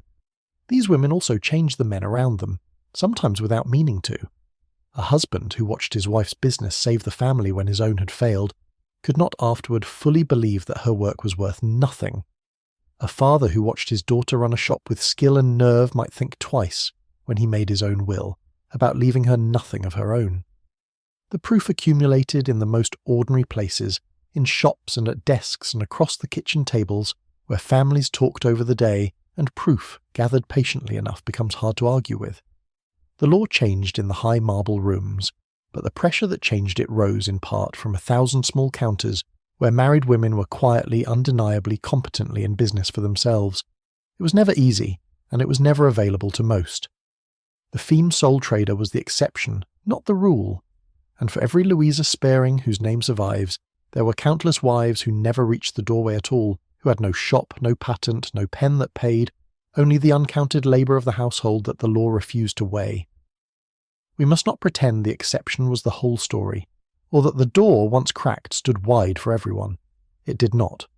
But the exception mattered out of all proportion to its size, because it proved the thing that mattered most, that a married woman could own her own work and that the world did not end when she did. Once that was proven, in shop after shop, it was only a matter of time and pressure and patience before the rule itself would have to bend toward what the exception had already shown to be true. The shop is closed for the night now. The bell over the door is still. The woman who keeps it has balanced her ledger by lamplight, in her own hand, under her own name, and the small total at the bottom of the page is hers to keep. She turns down the lamp. The street outside is quiet, the shutters up, the day's work done and owned. In the long story of women and their wages, this is a good night. A quiet victory. A door that opened and let one woman through into a life that was, in this one protected corner, truly her own. Hold that as you drift. Not every story in this history ends in loss. Some end with a balanced ledger and a woman's own name at the bottom of the page, and a lamp turned gently down over work that, at last, belonged to the hands that did it. There is a sound a needle makes through cloth that you have to be very quiet to hear. A small breath of friction, a whisper of thread drawn through, repeated 10,000 times in an evening, until it becomes a kind of silence, the silence of a woman working long after the house has gone to sleep. In the records of these years there is a woman who made that sound for most of her life, a seamstress in Pennsylvania named Jane Anderson, and her story is one of the quiet victories, the kind that did not change the whole world but changed everything for the children who were fed because of it. Jane Anderson supported 12 children. Read that again and let the number settle. 12! And she supported them not on her husband's wage but on her own, earned with her needle, garment by garment, seam by seam, in the long evenings after the days of caring for those same 12 children were done. She was, by the bare facts of her life, one of the hardest working human beings in her county, and the work she did was the work the law saw least, the invisible labour of a woman's hands. But Jane Anderson did something that turned the invisible visible. When the question of her earnings came before the court, she claimed the standing of a femme sole trader under her state's law, the right to keep what her own labour produced as if she were a single woman. She claimed that the fruit of her needle was hers, and the court agreed. It is worth pausing on how large a small ruling can be. The court did not declare the rights of all women. It did not strike down coverture. It simply held that this woman, Jane Anderson, who had supported 12 children by her separate earnings as a seamstress, was entitled to the rights and privileges of a femme sole trader, and that her earnings were therefore her own. For her, that was not a small thing. That was the difference between a life she controlled and a life controlled around her. It meant that the pennies her needle drew through the cloth, multiplied across years of evenings, belonged to the woman who had bled her fingertips to earn them. The law looked at Jane Anderson and her 12 children and her endless work, and for once it counted what it saw. Think of what that meant in the small economy of her household. A woman supporting 12 children on piecework lives on a knife's edge. Every garment a few coins, every coin already spoken for by shoes or bread or coal. If those earnings had been her husband's to claim, her whole world would have rested on his goodwill, his sobriety, his luck. With the earnings hers, the world rested instead on her own competence, which was vast and proven. She knew exactly how to make a little stretch across a great need. She had been doing it for years. The law's recognition did not make her work easier. It made her work hers, and there is a difference between those two things that only a person who has worked without owning can fully understand. There were other victories like hers, quiet and particular, scattered through the law reports of the late century like small lights seen from a long way off. In one case, a court held that the money a wife earned by nursing the sick was her own separate property, hers to keep. because the nursing was a service she performed for others, a true labour freely given to the world and paid for. A woman who sat up through the nights at the bedsides of strangers, who knew the smell of fever and the weight of a head that needed lifting, who eased the dying and tended the barely living, earned in those long vigils money that the law, in that case, in that place, allowed her to call her own. It was the same principle that lifted Jane Anderson. The labour went outward, to people who were not her own family, and so the law could see it as labour, and could let her keep its price. You will notice the cruel hinge in all these victories, and it is worth naming softly because it explains so much. The winds came when a woman's work went out to strangers, the seamstress sewing for the dressmaker, the nurse tending the neighbour's fever, the shopkeeper selling to the town. In all these, the law could finally see the work as work, separate, valued, the woman's own. But the same woman's labour inside her own home, for her own husband and her own 12 children, remained in the eyes of that same law worth nothing she could claim, owed by the marriage, given for free. Jane Anderson could keep what she earned sewing for others. She could keep nothing for raising the 12. The needle that fed them was honoured. The hands that bore and washed and fed and held them were not.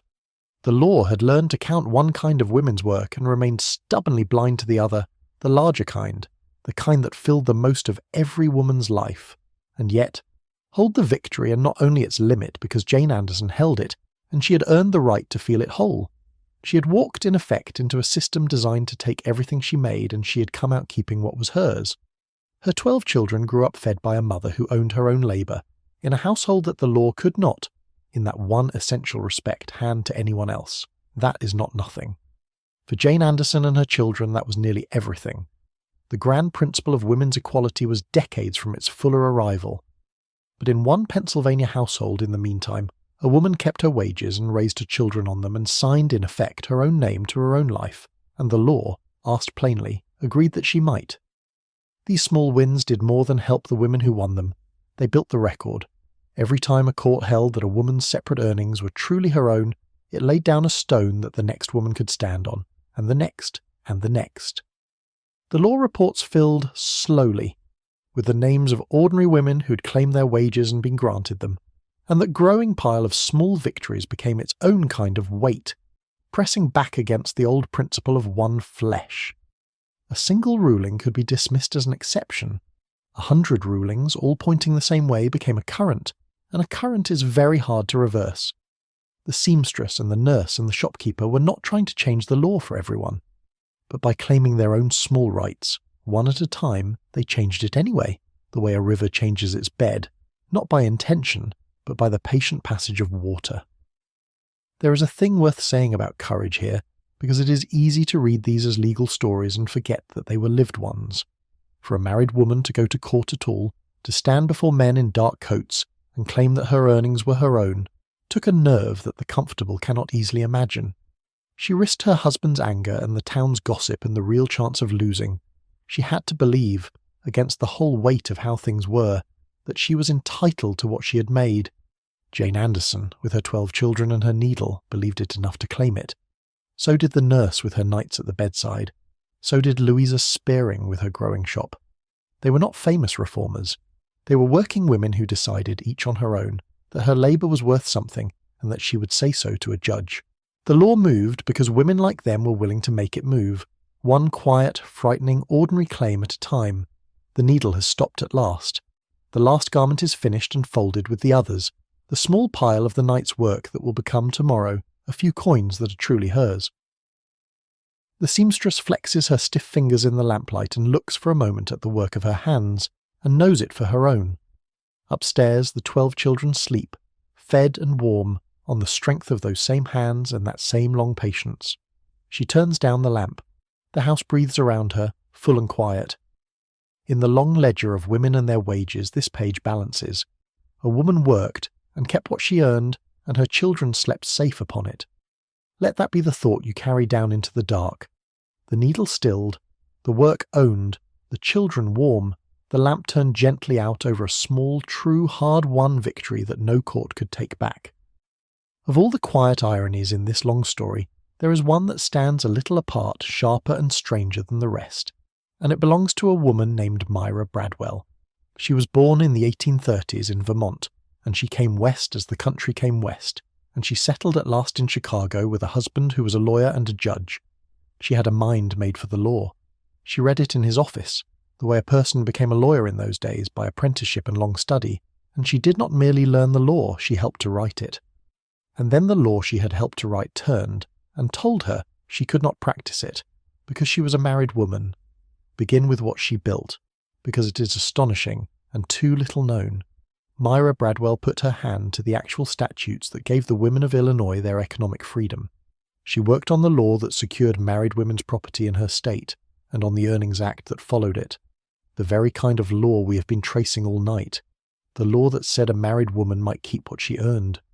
The seamstress keeping her wages, the shopkeeper holding her business, the wife claiming the coin that was hers. In Illinois they stood on ground that Myra Bradwell had helped to lay. She understood, as few did, exactly what these laws meant, and exactly how they had to be worded to survive the narrow reading of unfriendly courts. She was, in every meaningful sense, a lawyer, doing a lawyer's most serious work. She did more. She founded a newspaper, the Chicago Legal News, and made it the leading legal publication of its part of the country, the paper that lawyers and judges across the region read to know the law. But here the old wall rose up in front of her at once, because a married woman could not sign contracts or run a business in her own name, and a newspaper is nothing if not a business of contracts. So before she could even begin, Myra Bradwell had to go to the state legislature and ask for a special charter, a particular act of law granting her, personally, the right to do the thing that any unmarried woman or any man could simply do. She had to be specially exempted from coverture in order to publish a legal newspaper that would, among other things, advance the cause of freeing women from coverture. The circle of it is almost too neat to believe. And when the Great Fire swept through Chicago and burned the heart of the city, her newspaper did not miss an edition. She wrote one number of it from a hotel room in another city and got it out on time, the only paper of its kind in Chicago not to skip an issue in the disaster. Think of the steadiness in that, the sheer competence. A woman whose city was in ashes keeping the law's own journal running without a break. This was the person the law of the land was about to declare unfit for the practice of law. For Myra Bradwell wanted to be admitted to the bar, to be a lawyer in name as she already was in fact, and she had every qualification. She had the learning, she had the character references, she passed what was required, she applied to the Illinois courts, and they refused her, and the reason they gave reaches straight back to the beginning of our story. They refused her, they said, because of her marital disability. She was a married woman, and a married woman had no separate legal existence, and could not be bound by the ordinary contracts that govern the relationship between a lawyer and a client, because in law she was not a separate person who could be bound at all. The doctrine of coverture, the very thing her statutes had been chipping away, was used to bar her from the profession she had served better than most men ever would. She took her case to the highest court in the land, and there she lost, and the words in which she lost are worth knowing, because they show the mind of the age laid bare. The court held that the right to practice law was not among the rights the national constitution protected, and so the states could keep women out as they pleased. That alone would have been defeat enough. But one of the judges went further, in an opinion that has become infamous, and set down the whole philosophy that lay beneath coverture in language so frank it almost takes the breath away. He wrote, in substance, that nature itself had marked out separate spheres for men and women, that a woman's proper place was the domestic one, that the timidity and delicacy he believed natural to her sex unfitted her for the rougher occupations of public life. The highest calling of a woman, he declared, was to be a wife and a mother, and this was, he said, the law of the Creator. Sit with the irony, gently, because it is enormous, and because Myra Bradwell herself bore it with more grace than most of us could manage. A woman who had helped write the laws freeing married women to own their earnings was told by the highest court in the country that her own married state made her unfit to practice law at all. The author of the statute was barred by the doctrine the statute opposed. The mind sharp enough to draft the words that would free other women was declared, by reason of those very words not yet reaching far enough, too delicate by nature for the work she was already doing better than her judges.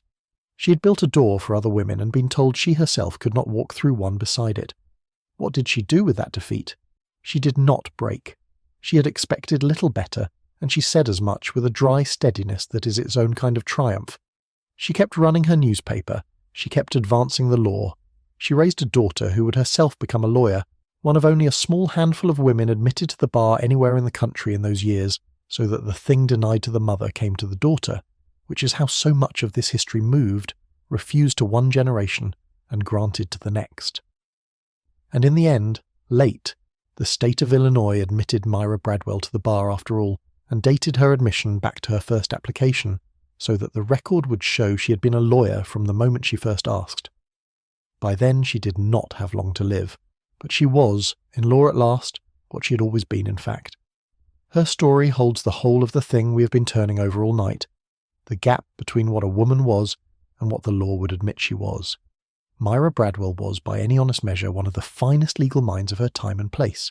She wrote laws, she ran the region's leading legal journal, she kept it alive through fire, and the law looked at all of that and saw only a married woman, covered, disabled, naturally unfit, and refused her. The distance between the truth of her and the law's account of her is the distance the whole long struggle was trying to close. Every wage a wife kept, every business a wife owned, every deed a wife signed narrowed that distance by an inch.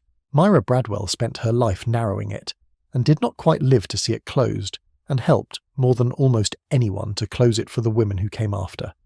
If you are drifting now, let yourself go. Subscribe, so the next story is waiting when you return. Sleep well. The lamp in the law office burns late, as it so often did for her.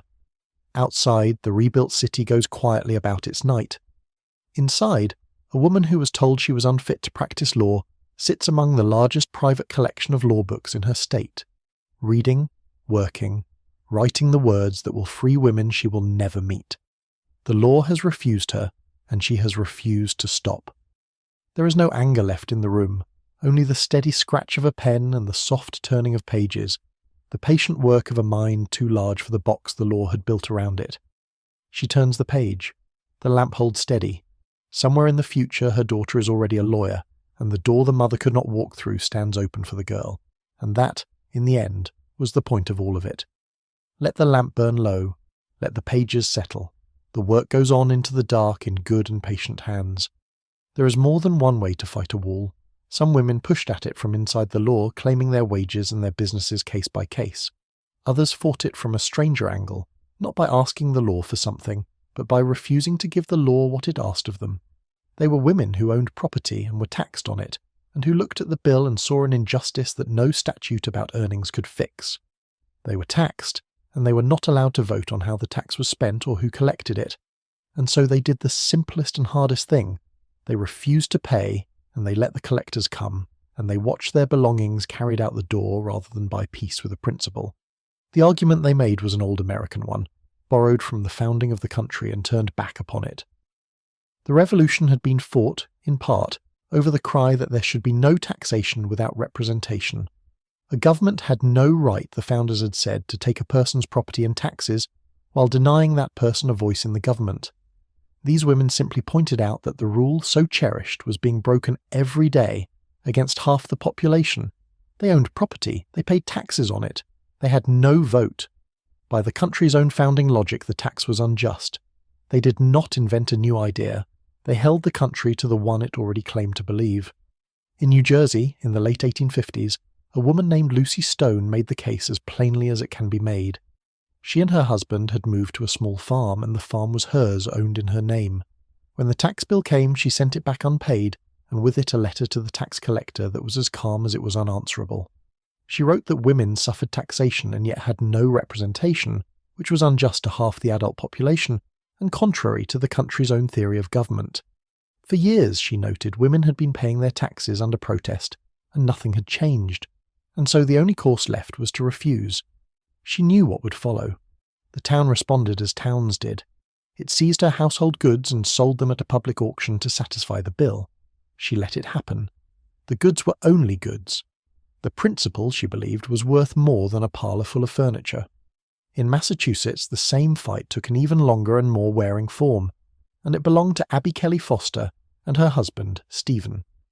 They owned a farm in Worcester, and they had named it Liberty Farm, and it had served as a station on the Underground Railroad, a place where people fleeing slavery found shelter on their way north.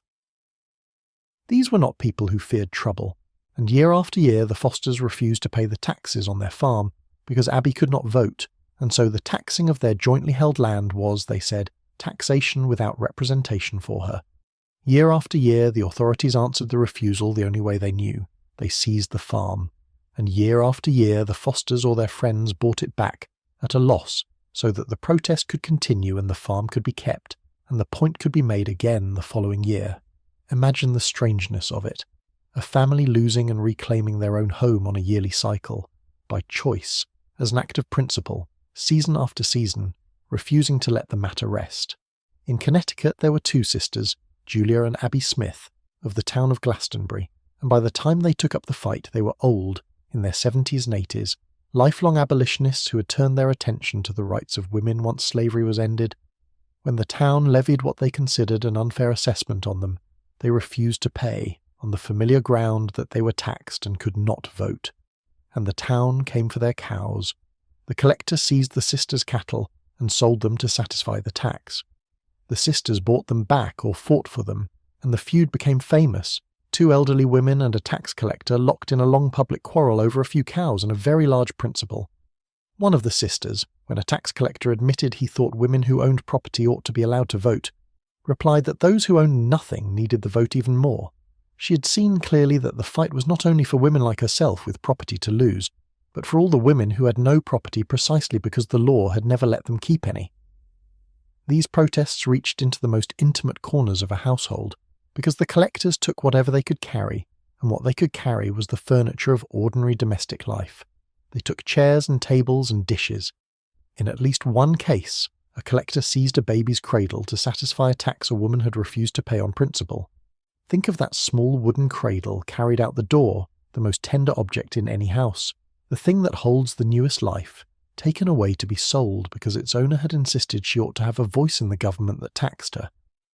The women who made these protests knew that the law would reach for exactly these things: the cradle, the cow, the parlour furniture, the warm ordinary objects of a woman's world, and they let it reach because they had decided that the principle was worth more than the comfort, and that a cradle carried out in protest might, in time, help to build a world where no woman's voice could be taken so cheaply. There is a particular dignity in this kind of resistance, quieter than a speech and harder than a march. It asked nothing and gave up much. It did not beg the law for a right. It simply refused to pretend the law was just and accepted the cost of the refusal openly again and again. The women who practiced it were not, most of them, going to live to vote. They knew it. They paid anyway in cows and cradles and parlour chairs and the slow grinding loss of their own belongings, year upon year, for a result they would not see. That is a hard thing to do, to sacrifice steadily for a future you will not reach, and they did it with a steadiness that puts most of our small bravenesses to shame. It connects all of it to the long story of the wages and the wall. The tax resistors were fighting the same thing the seamstress and the shopkeeper were fighting from the other end. The seamstress wanted to keep what she earned. The tax resistor wanted a voice in how what she owned was governed. Both were insisting in their different ways that a woman was a full person, an owner, an earner, a citizen, and not a thing covered by a husband or a creature to be taxed without consent. The Earnings Acts and the suffrage movement and the tax protests were not separate struggles. They were one struggle with many fronts, all of them turning on the same simple and radical idea that a woman's relationship to property and money and government should be her own, and not held in trust by men who had never asked her what she wanted. The protests rarely won in their own moment. The cows were sold. The furniture went under the auctioneer's hammer. Liberty Farm was seized and seized again. Lucy Stone's parlour was emptied, and her point, in that year, changed nothing in the law. But the protests were seen, and reported, and remembered, and they wore at the conscience of a country that prided itself on the very principle these women were invoking against it. It is one thing to deny women the vote in the abstract. It is another to read in the newspaper that an elderly woman's cows have been seized, or that a baby's cradle has been carried off, because their owners dared to ask for the representation the country claimed to hold sacred. The pictures stuck. They did their slow work in the minds of people who had never thought about the matter at all, and the slow work of pictures in minds is, in the end, how a country changes what it believes. The auction is over now, the goods dispersed, the parlour bare, The cradle gone to a stranger's house. The woman who refused to pay stands in her emptied room in the evening light, and she is not defeated, though she has lost much. She has done the thing she meant to do. She has refused to buy comfort with her silence. The room is bare and the principal is whole, and she would not trade them back. Outside, the town settles into its evening, having taken what it came for, not knowing that the thing it could not take. The woman's plain insistence that she was a citizen and ought to be treated as one will outlast every chair and cow and cradle it carried away. Let the bare room grow dim. Let the long fight rest for the night. The cradle is gone, but the woman who let it go has kept the only thing that mattered, and she sleeps in her emptied house with a clear and quiet conscience. We have spent the night following the wages a woman earned outside her home, the seamstress at her needle, the nurse at the bedside, the shopkeeper at her counter, because those were the wages the law could finally be made to see. But there is a larger labour that has run underneath this whole story like an underground river, mostly unmentioned because it was mostly unpaid, and it is time in the quiet middle of the night to bring it up into the light. It is the work a woman did inside her own home, for her own family, and it was the greatest single body of labour in the entire society, and the law could not see it at all. Consider what that labour was. A wife rose first and slept last. She cooked every meal the family ate, which in those years meant tending a fire, hauling water, grinding and kneading and stewing and baking hour upon hour 3 times a day every day without a day off in her life. She washed the clothes, which was not a matter of a machine and a button but of boiling water and harsh soap, and a board and a wringing that wore the skin from her knuckles. She cleaned, she mended, she made and remade the family's clothing. She tended the garden and put up the food for winter. She nursed every illness and sat with every fever, and brought the children into the world and raised them, teaching them their letters and their manners and their faith. She held the emotional weather of the whole household, soothing, mediating, remembering. By any measure a person can devise, she worked harder and longer than almost anyone else in the country, and for all of it, in the eyes of the law, she earned nothing, owned nothing, and was owed nothing. The reason was the old one, the one we began with, the doctrine of one flesh. The work a wife did for her family was held to be the natural service of the marriage, a duty she owed by the fact of being a wife, given for free as part of the bargain of the wedding. It was not labour in the legal sense. It produced no earnings she could claim, because it was, in law, simply what a wife was for. A man's work produced wages and property that were his. A woman's work, the same hours and more, the same exhaustion and more, produced a household, and the household, and everything in it, and the very capacity of the man to go out and earn, all of that was reckoned as his too. She made the foundation he stood on, and the law gave him the foundation and the standing both, and gave her the duty to keep building it. There were women who saw this with perfect clarity, long before the world was ready to hear it, and who argued in the reform meetings and the small journals of the time a thing that still sounds startling. They argued that the housework was work, that the labour a wife poured into her home created real value the family lived on as surely as it lived on the husband's wages, that a woman who kept a household was not a dependent being maintained by her husband's generosity, but a partner producing half of what the family had, and that her labour ought to be recognised, counted, even in some form owned. They were asking the law and the world to see the invisible river, to admit that the unpaid work of wives was the very ground the whole economy stood on. It was a radical thought. In some ways it is a radical thought still. They thought it and said it in the middle of the 1800s, in a country that was not remotely prepared to agree. The pin money we spoke of long ago shows the deepest face of the refusal, and it is worth returning to now, because it holds the whole paradox in a single small coin. A husband might give his wife an allowance, pin money, for her own small purchases. She might buy a thing with it, a chair, a length of cloth, a small treasure, and the courts would hold that the thing she bought was not truly hers, because the money had been her husband's to begin with. Now follow the circle all the way around. The money was his because her labour in the home, which made his earning possible, was counted as his. She received a fraction of it back as an allowance, and then even what she bought with that fraction was held to remain his, because the fraction had been his. At no point in the entire circle did the law allow that any of it had ever, even for a moment, belonged to the woman whose work had generated all of it. She made the value, handed it over, received a sliver back as a gift, spent the sliver, and owned, at the end, nothing. The arithmetic was perfect, and it was monstrous, and almost no one questioned it. What made the home so hard for the law to see was precisely that it produced no separate wage. The seamstress sewing for a stranger produced a coin, and a coin can be pointed to, claimed, weighed. The wife cooking her family's supper produced a fed family, and a fed family is not a coin. It cannot be set on a scale or handed across a counter. The value she made dissolved instantly into the life of the household, invisible, uncountable, indispensable. And the law, which had learned slowly to recognize a woman's labor when it took the shape of a coin, could not recognize it when it took the shape of a warm kitchen and a clean shirt and a child who knew its letters. The most essential work in the society was the work the law was least able to perceive, because it never once turned into money that changed hands. This is the deepest layer of the whole long story, the bedrock under the wages and the property and the tax bills. The fight over a married woman's earnings was, in the end, a fight over whether women's work was real. The Earnings Acts won a piece of it, the piece that could be measured in coins from outside the home.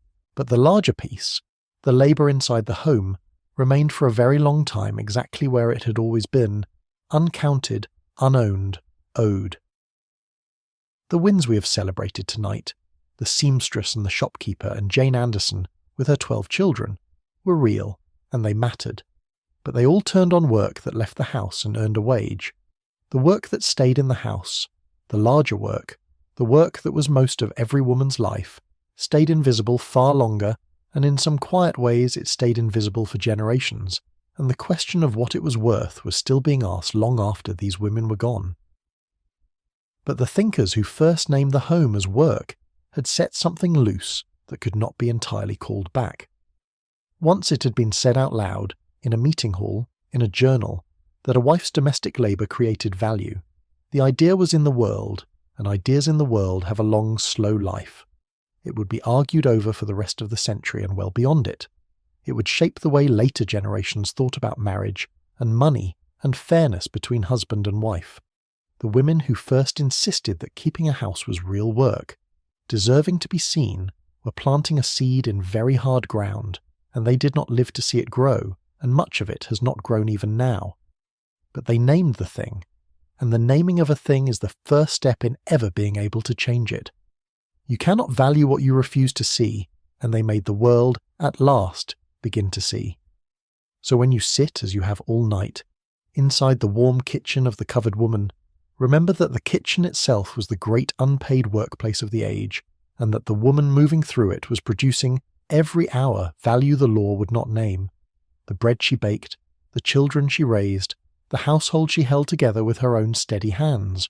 All of it was work, real work, the most necessary work there was, and she did it knowing the law called it nothing, and she did it anyway because it had to be done, and because beneath the law's blindness she could see her own labour perfectly well, and knew exactly what it was worth, even when she was the only one who did.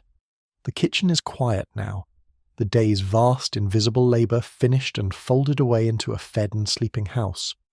The woman who did all of it sits for a moment in the last of the firelight, her hands at rest at last in her lap, hands that have made more value this day than any ledger in the world would ever record. She does not need the ledger to tell her what she did. She knows.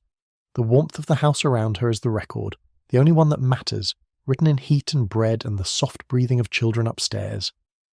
Let her rest. Let the great unpaid work of the day be honoured, even if only here, even if only now in the quiet where at last it can be seen. The fire sinks low. The work is done. The woman who was worth so much more than the law could count closes her eyes in a house her own hands made warm. For all that the law took, there was one small stream of money that ran, in practice if never quite in law, through a woman's own hands, and it is one of the gentlest things in this whole history.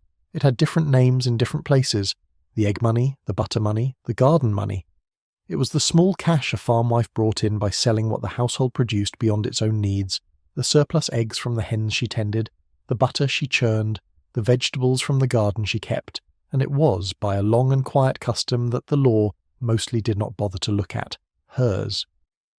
The custom grew in the spaces the law did not think worth governing.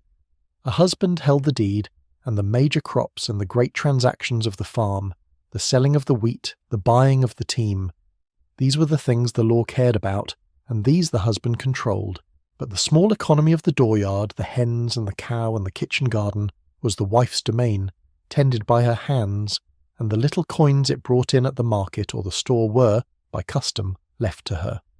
She gathered the eggs, she made the butter, she carried them to town and traded them, and the few coins or the store credit she got in return she kept, more or less, to spend as she saw fit.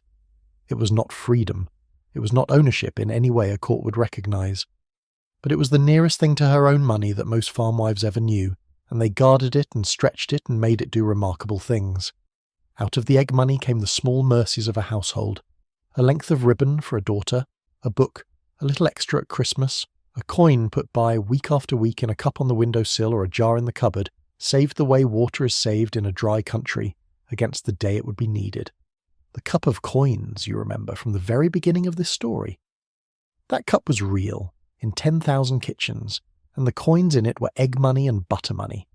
The small saved surplus of a woman's own quiet industry, kept back from the marketing, hers in custom though not in law, her one thin thread of independence in a life otherwise wholly covered.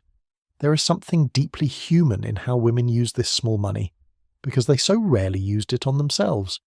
Again and again, the egg money went to the children, to the household, to some need the family had that the husband's larger economy had not provided for. A pair of shoes when the old ones wore through, a doctor when a child fell ill, a small loan to a neighbour in a harder spot. The women who controlled this little stream of cash tended to pour it back into the people around them, so that even their one fragment of financial freedom became, in practice, another form of care. They had been raised to give, and they gave even from the one small purse the law had overlooked. But sometimes, now and then, a woman spent a coin of it on a thing that was only for herself, a small beauty, a small ease, and there was a quiet defiance in that. A woman saying with a single purchase that she existed, that she had wants of her own, that some small corner of the world's wealth had passed through her hands and stayed. The store was the centre of this small economy, and the storekeeper's ledger was its record. A woman came to town with her basket of eggs and her crock of butter and traded them across the counter, and the storekeeper entered the exchange in his book. Often there was no cash at all. The eggs bought the thread and the sugar and the few things the household could not make, all of it reckoned in the ledger, credit for the butter set against the cost of the cloth. A whole economy ran on this barter, women's produce traded for store goods, the coins themselves rarely appearing, the value moving back and forth in the storekeeper's careful columns. And in those columns, for once, a woman's contribution was written down, named, counted, set against what she took home. The ledger saw what the law would not. It recorded that her eggs and her butter had real worth, exchangeable for real goods, and in its dry accounting it gave her labour a recognition the courts withheld. There was a tension in all of this, of course, because the egg money lived only on the husband's sufferance. By the letter of the law, the eggs were his, the butter was his, the very hens were his, and the coins they brought were his, like everything else. The custom that left them to the wife was just that, a custom, a habit of decency, and a husband who chose to could break it whenever he liked. A hard man could demand the egg money along with everything else, could appear and take the saved cup of coins, and the law would stand entirely behind him. Many women's one small thread of independence hung, in the end, on their husband's willingness not to pull it. Most husbands let it be, some did not. And the difference between a wife with a little money of her own and a wife with none at all was, for a great many women, simply the character of the man they had married, which is a frail thing to rest one's independence upon, and yet it was, for most, the only thing there was. Still hold the gentleness of it because it was gentle, and because in a story with so much hard law in it, the egg money is a place of genuine warmth. Here was a woman with a little purse the law had not thought to empty, earned by her own care of her own small creatures, spent by her own judgment on the people she loved. Here was the cup on the windowsill, filling slowly, coin by coin, a small private hope made of eggs and butter and patience. The great laws ground forward in their distant marble rooms, and meanwhile in the warm dooryards of 10,000 farms, women were already living a small daily version of the thing the laws were fighting toward, the simple human dignity of having something, however little, that was their own. And it taught them, this small economy, the same lesson the wages taught the city women, the lesson the whole long struggle was built on. A woman who managed the egg money learned the worth of her own labour and the pleasure of spending what she had earned. She learned that she could keep accounts, judge a trade, stretch a coin, plan ahead. She learned, in the smallest possible classroom, the dooryard and the store counter, that she was perfectly capable of handling money, of owning, of deciding, and that the law's insistence on her incapacity was simply false, disproved every market day by the basket of eggs, and the careful trade, and the few coins carried home and put by. The egg money was tiny. The knowledge it gave was not. It was the same knowledge that, multiplied across millions of women and pressed against the law for decades, finally moved it. Picture her then, on a market morning, walking to town with her basket, the eggs nested in straw, the butter cool in its crock. The road is dusty and the morning is bright and the hens have done their quiet work and so has she. At the store she trades, and the storekeeper writes it in his book, and she carries home her thread and her sugar and today a few coins besides, which she will add to the cup on the windowsill when she gets there. It is not much. It is the smallest economy in the world, but it is hers in the only way anything ever was, and the cup on the sill grows a little fuller, and the small saved hope inside it grows with it, coin by coin, market day by market day, towards some future use she cannot yet name. The basket is empty now, the trade's all made, the day's small business done. The cup on the windowsill holds one more coin than it did this morning. The woman sets the basket by the door and stands for a moment in her kitchen in the slanting afternoon light, tired and satisfied, the way you are after a fair day's fair trade. The eggs are gone, the thread is on the shelf, the coin is in the cup. And in that small completed circle, the gathering and the trading and the saving, there is a whole quiet life of competence and care, overlooked entirely by the law, and worth, to the woman who lived it, more than the law could ever have understood. Let the light go gold and then grey. Let the cup keep its small bright hope on the sill. The day is traded fairly and put away, and the woman rests, with a little of her own money saved, which is to say with a little of her own self kept, in the one corner of the world the law forgot to take. The laws we have followed all night did not fall from the sky, and they did not arrive because the men who held power woke one morning feeling generous. They came because women asked for them, over and over, for years, and then for decades, in the one form that a government is obliged at least to receive. They came because women carried petitions from door to door, gathering names, one signature at a time, building out of thousands of small acts of courage a document too large for a legislature to ignore. The long story of women's wages is, underneath everything else, a story of petitions, of patient asking, of women who walked the winter roads with a paper and a pen, and the stubborn belief that asking, repeated long enough, would one day be answered. In New York, in the years before the Great Property Act, women went out and gathered signatures for exactly that purpose. They knocked on doors and stood in parlours and explained, to women who had never thought about it and men who did not want to, why a married woman should be allowed to keep her own property. They were met with indifference and with mockery and now and then with quiet agreement, and they wrote down every name they could get, and they carried the growing rolls of signatures to the men in the capital who could change the law. It was slow, unglamorous work, the work of feet and weather and 100 small refusals for every yes. But the petitions accumulated, and the accumulation was the argument, because a legislature can dismiss one woman's complaint and finds it harder to dismiss a paper bearing thousands of names. When the convention gathered at Seneca Falls in the summer of 1848, it gave this long, quiet asking a voice that rang. The women there set down a declaration modelled on the country's own founding document, listing the wrongs that the law had done to women as the founders had listed the wrongs of a king. Among those wrongs they named plainly the taking of a married woman's property, even to the wages she earned, and the legal death that left her without standing in the eyes of the courts. They did not whisper it. They wrote it into a public declaration and signed their names beneath it, which for a woman of that time was itself an act of nerve, because to sign such a thing was to invite ridicule, and they signed anyway. The declaration did not change a single law by itself, but it gave the scattered grievances of millions of women a shape and a language, and once a wrong has been named clearly and publicly, it becomes possible to organise against it, where before there had been only private endurance. What the women in that chapel saw, and what becomes clearer the longer you look at this history, is that the fight for a woman's property and the fight for a woman's vote were the same fight wearing two faces. Think about why. A woman who could own property and earn wages was, by that very fact, a different kind of person in the eyes of the law, an owner, a taxpayer, an economic actor, and it grew harder and harder to explain why such a person should have no voice in the government that taxed her and governed her property. And running the other way, a woman who had the vote could protect her economic rights at the ballot box, could elect the men who wrote the laws, could make the legislature listen in the one language it never ignored. Property and the vote were two locks on the same door, and the women of the movement understood that they would have to pick both. This is why the tax resistors and the petitioners and the women claiming their wages in court were all, whether they knew one another or not, working the same seam. The woman who let her cows be seized rather than pay a tax she could not vote on was making, with her cattle, the same argument the petitioner was making with her signatures and the seamstress was making with her lawsuit. All of them were insisting that a woman was a full participant in the economic and civic life of the country, an owner and an earner and a citizen, and that the law would eventually have to treat her as one.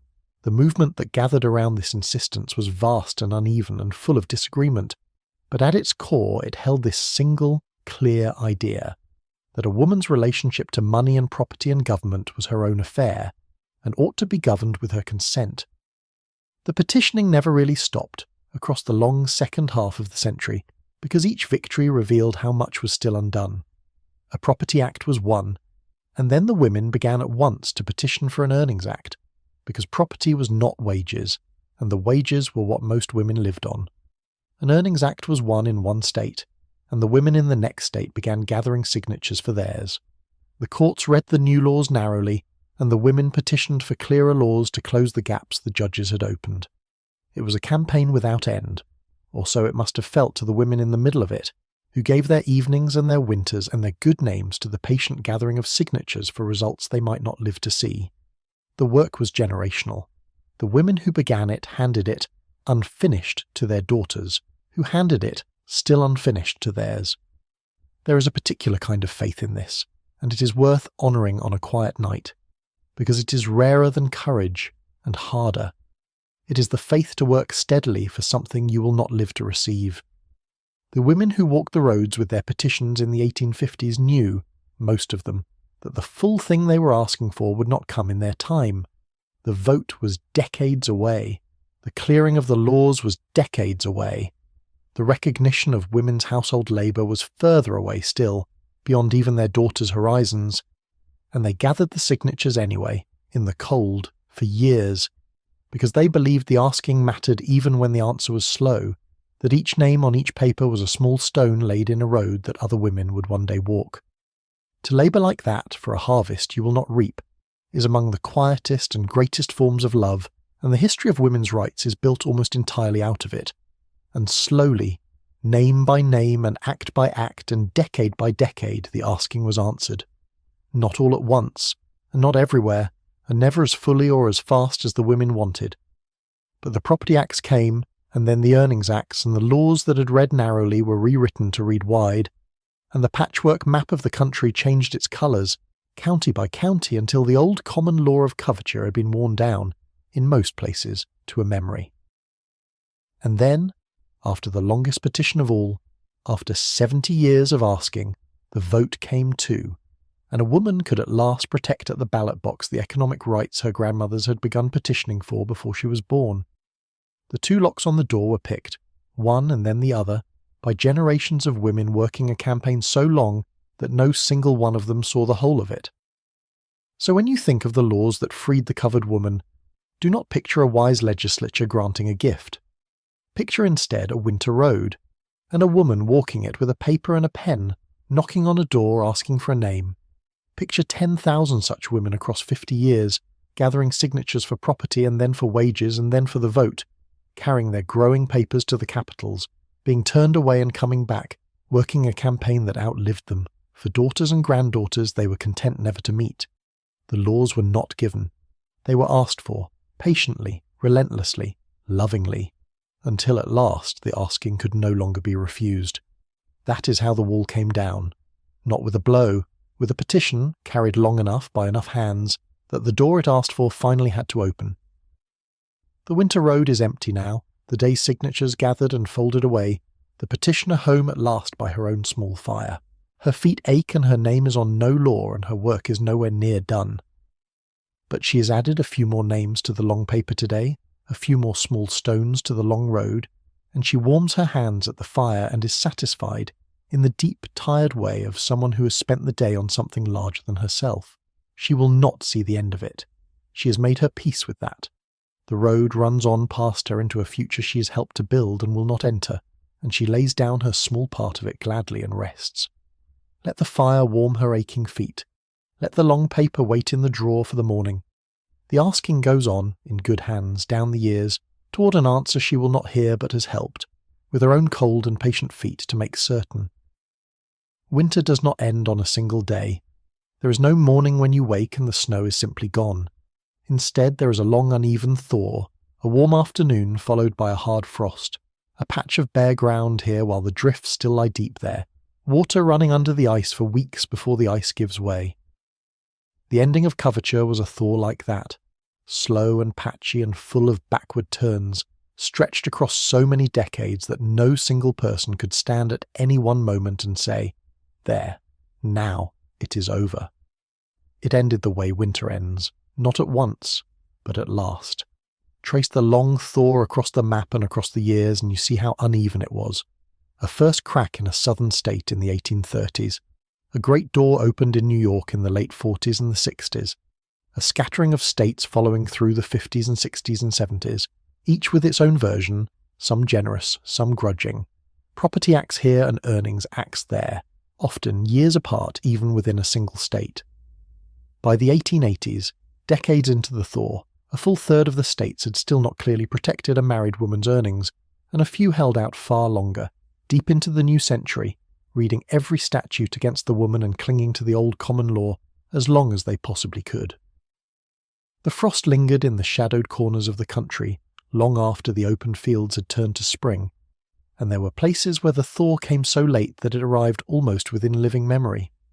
In one southern state, a married woman did not win the clear right to her own separate earnings until the 1940s, more than a century after the first small crack. Think of the span of that. A woman could have been born under the old law when her wages belonged entirely to her husband and lived to see automobiles fill the roads and airplanes cross the sky and the world remade twice over, and only then, as an old woman, have watched her state finally grant her the right to keep what she earned, a right that women in New York had held since before her grandmother was born. The same country, the same century by its end, and a woman's most basic claim to her own labour depended still, even then, on the accident of which state she happened to live in. The thaw reached some fields generations before it reached others. Because the thaw was so slow, most of the women who began it did not live to feel the warmth. This is the hardest and quietest truth in the whole history, and it deserves to be held gently. The women who lit the first fires, who gathered the first signatures, who brought the first cases, who let the first cows and cradles be carried off, were mostly gone before the work was anywhere near done. They spent their lives pushing against a wall that did not visibly move, and they died with the wall still standing, taller than they would have wished, and they had to take it on faith that their pushing had mattered. It had, but they did not live to see it. They built with their own hands a house they would never live in, for descendants they would never meet, and they did it without the comfort of seeing the roof go on. That is the price the first generations of almost every long change must pay, and these women paid it without complaint and mostly without recognition, and that they paid it at all is the reason the rest of us live where we live. And here is the strange, gentle irony at the end of the thaw. By the time the work was finished, by the time coverture had melted in nearly every state, and a married woman could own and earn and sign and vote, the granddaughters and great-granddaughters who inherited all of it had, for the most part, no idea what it had cost. They grew up in a world where a woman kept her own wages as a matter of course, where the coin she earned was simply hers, where the very idea that it might belong to her husband seemed too strange to be believed. The right had become as ordinary and invisible as the air. The fight that won it had faded from memory. The names of the women who fought it slipped out of the history books, the cups of saved egg money and the seized cradles and the long winter petitions forgotten. The descendants enjoyed the warmth and did not know there had ever been a winter, which is, in a way, exactly what the women who suffered the winter would have wanted for them. There is no bitterness owed in this, only a kind of tenderness. It is the deepest wish of every generation that suffers that the next one should not have to. The women who fought Coverture did not fight so that their granddaughters would remember them. They fought so that their granddaughters would never have to think about the matter at all, would take for granted what the grandmothers had bled for, would live so freely in the warmth that they could not imagine the cold.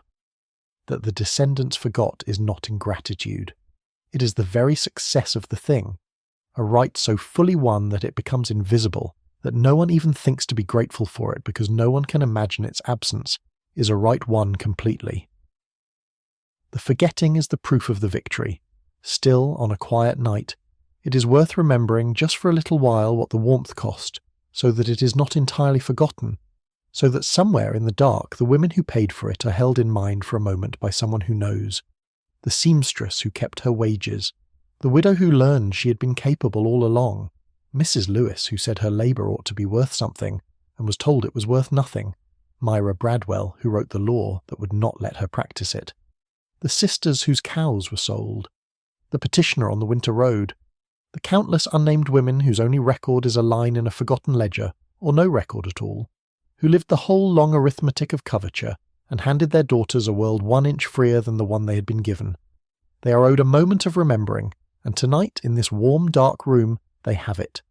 The thaw, when you stand back far enough to see the whole of it, is one of the slowest and surest movements in the history of the country, 100 years of frost giving way by inches to 100 years of spring.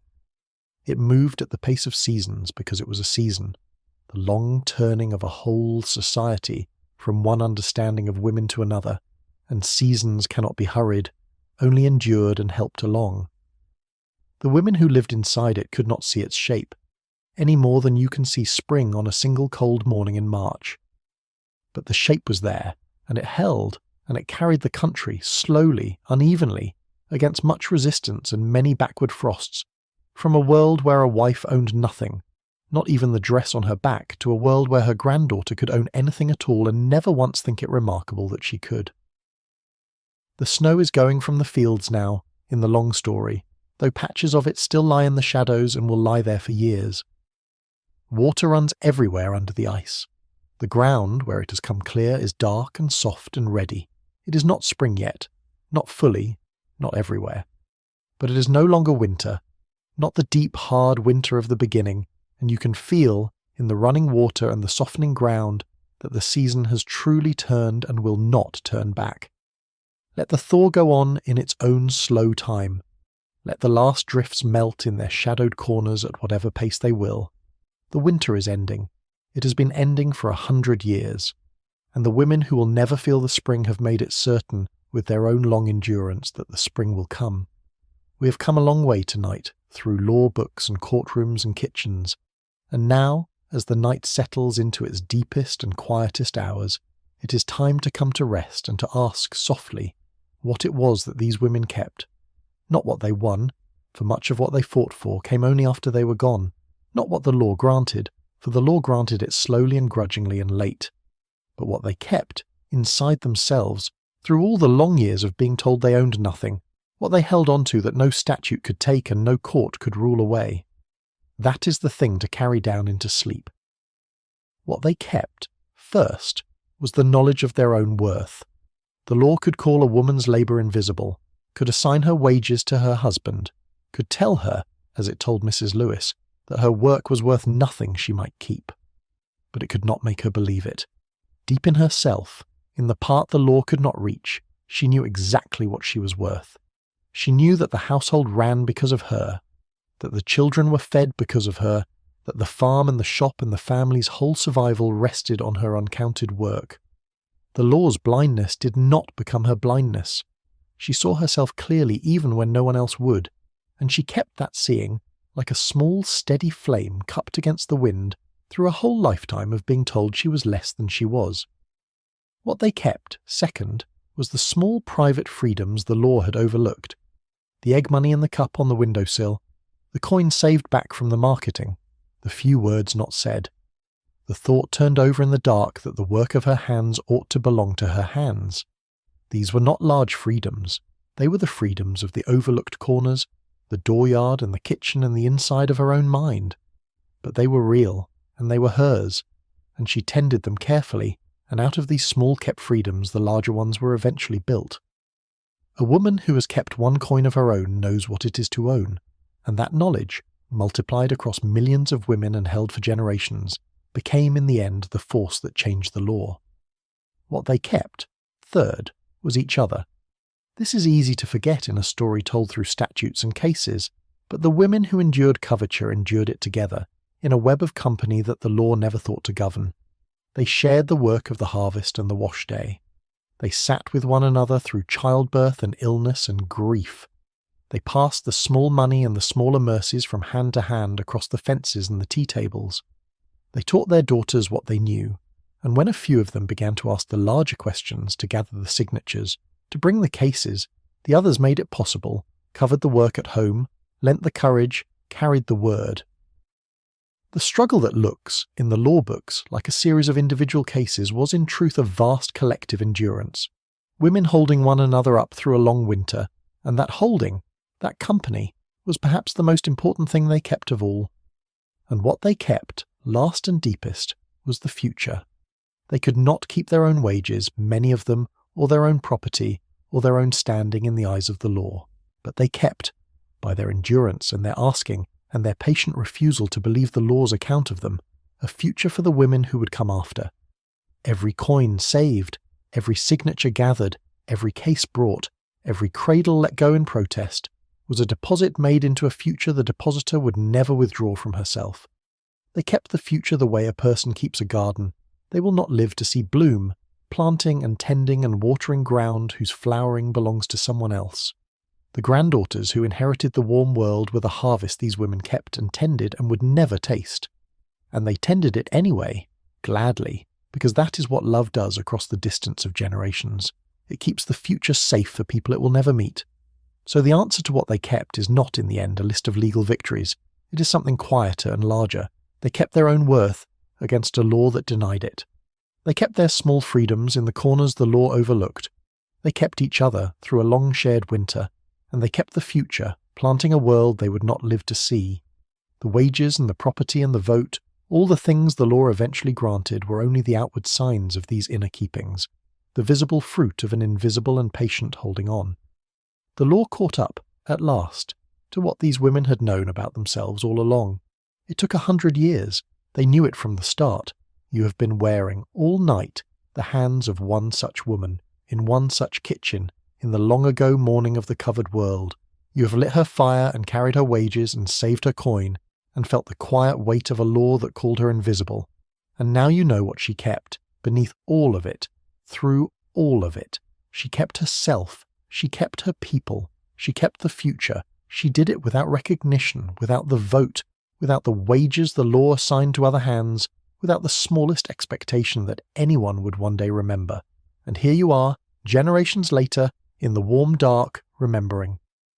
The flame she cupped against the wind has reached across all those years to light this quiet room. The fire has burned down now to its soft red embers, the way a fire does at the very end of a long day, giving its last warmth low and steady into the room. The kitchen is dim and warm and entirely at peace. The cup sits on the windowsill with its small saved coin inside, and the ledger lies closed on the table by the door, and none of it matters tonight. Not the coin, not the ledger, not the law, not the long, slow turning of all of it across the years. Tonight there is only the warmth, and the quiet, and the deep, settled rest of a day's work honestly done and honestly remembered. Let your shoulders come down the rest of the way. Let your hands grow still. The women in this story have done their work and laid it down, and you may lay yours down too now, in the warm dark, in the good company of all those who kept their worth through a long winter, and planted a spring they would never see. There is nothing left to do tonight. There is nothing left to hold. The fire is low, the room is warm, the long story is told, and all of it, every coin and case and signature and seized cradle, has settled at last into the deep quiet peace of things that are finished, and remembered, and finally, gently, at rest. The kitchen is cold again, the way it was at the very beginning, in the hour before the light. The fire has gone to embers, and the embers to a soft grey ash, and the window is once more a dark square, waiting for a dawn that is still some hours away. Nothing in the room has changed. The cup sits on the windowsill with its single coin. The ledger lies closed on the table by the door. The whole long story we have told has happened somewhere far above this room, in courtrooms and capitals across 100 years, and here in the kitchen it is simply night and quiet and still. You're very far down now, into the deep soft place where the day lets go of you at last. There is nothing left that needs your attention. The fire does not need tending. The wages are carried home. The coin is in the cup. The work, all of it, the seen work and the unseen, the counted and the uncounted, is finished and laid down and at rest. Let it be finished. Let it be laid down. Let it rest. Think, if you think of anything at all as you drift, of the small light left burning. In every kitchen in this story, at the end of every long day, a woman left one small light burning low against the dark, banked the fire, set the last things in their places, and went up to her rest knowing the house was safe. That small left light is yours tonight. Someone has left it burning for you, low and warm and steady, so that you need not keep watch, so that you may let go entirely, so that you may sink all the way down into sleep with nothing to guard and nothing to hold. Let the coin stay in the cup. Let the ledger stay closed. Let the women in the story keep their long rest and take your own beside them now. The law turned, slowly, across the years, from a world that called a woman invisible to a world that let her keep what her own hands made, and that turning is done and you do not have to carry it. You only have to rest. The small light is burning. The house is safe. The night is long and soft and entirely your own. Breathe slow. The room is warm. The coin is in the cup and the cup is on the sill, and the small light is burning low, and everything is finally and gently at rest. Sleep now. There is nowhere you need to be. The dawn will come when it comes, and the light will be left burning until it does. Thank you so much for watching. If you'd like to see more videos like this, please consider leaving a like and subscribing to the channel. It really helps us keep making more content. See you in the next one. And before you drift all the way off, I'd love to know one small thing. Was there a woman in your own family, a grandmother or a great-grandmother, who kept a little money of her own tucked away, egg money in a cup, or coins saved quietly in a jar at the back of a cupboard? If a memory of her comes to you, leave it in the comments whenever you wake. I would love to read it, and to keep her remembered here, along with all the others,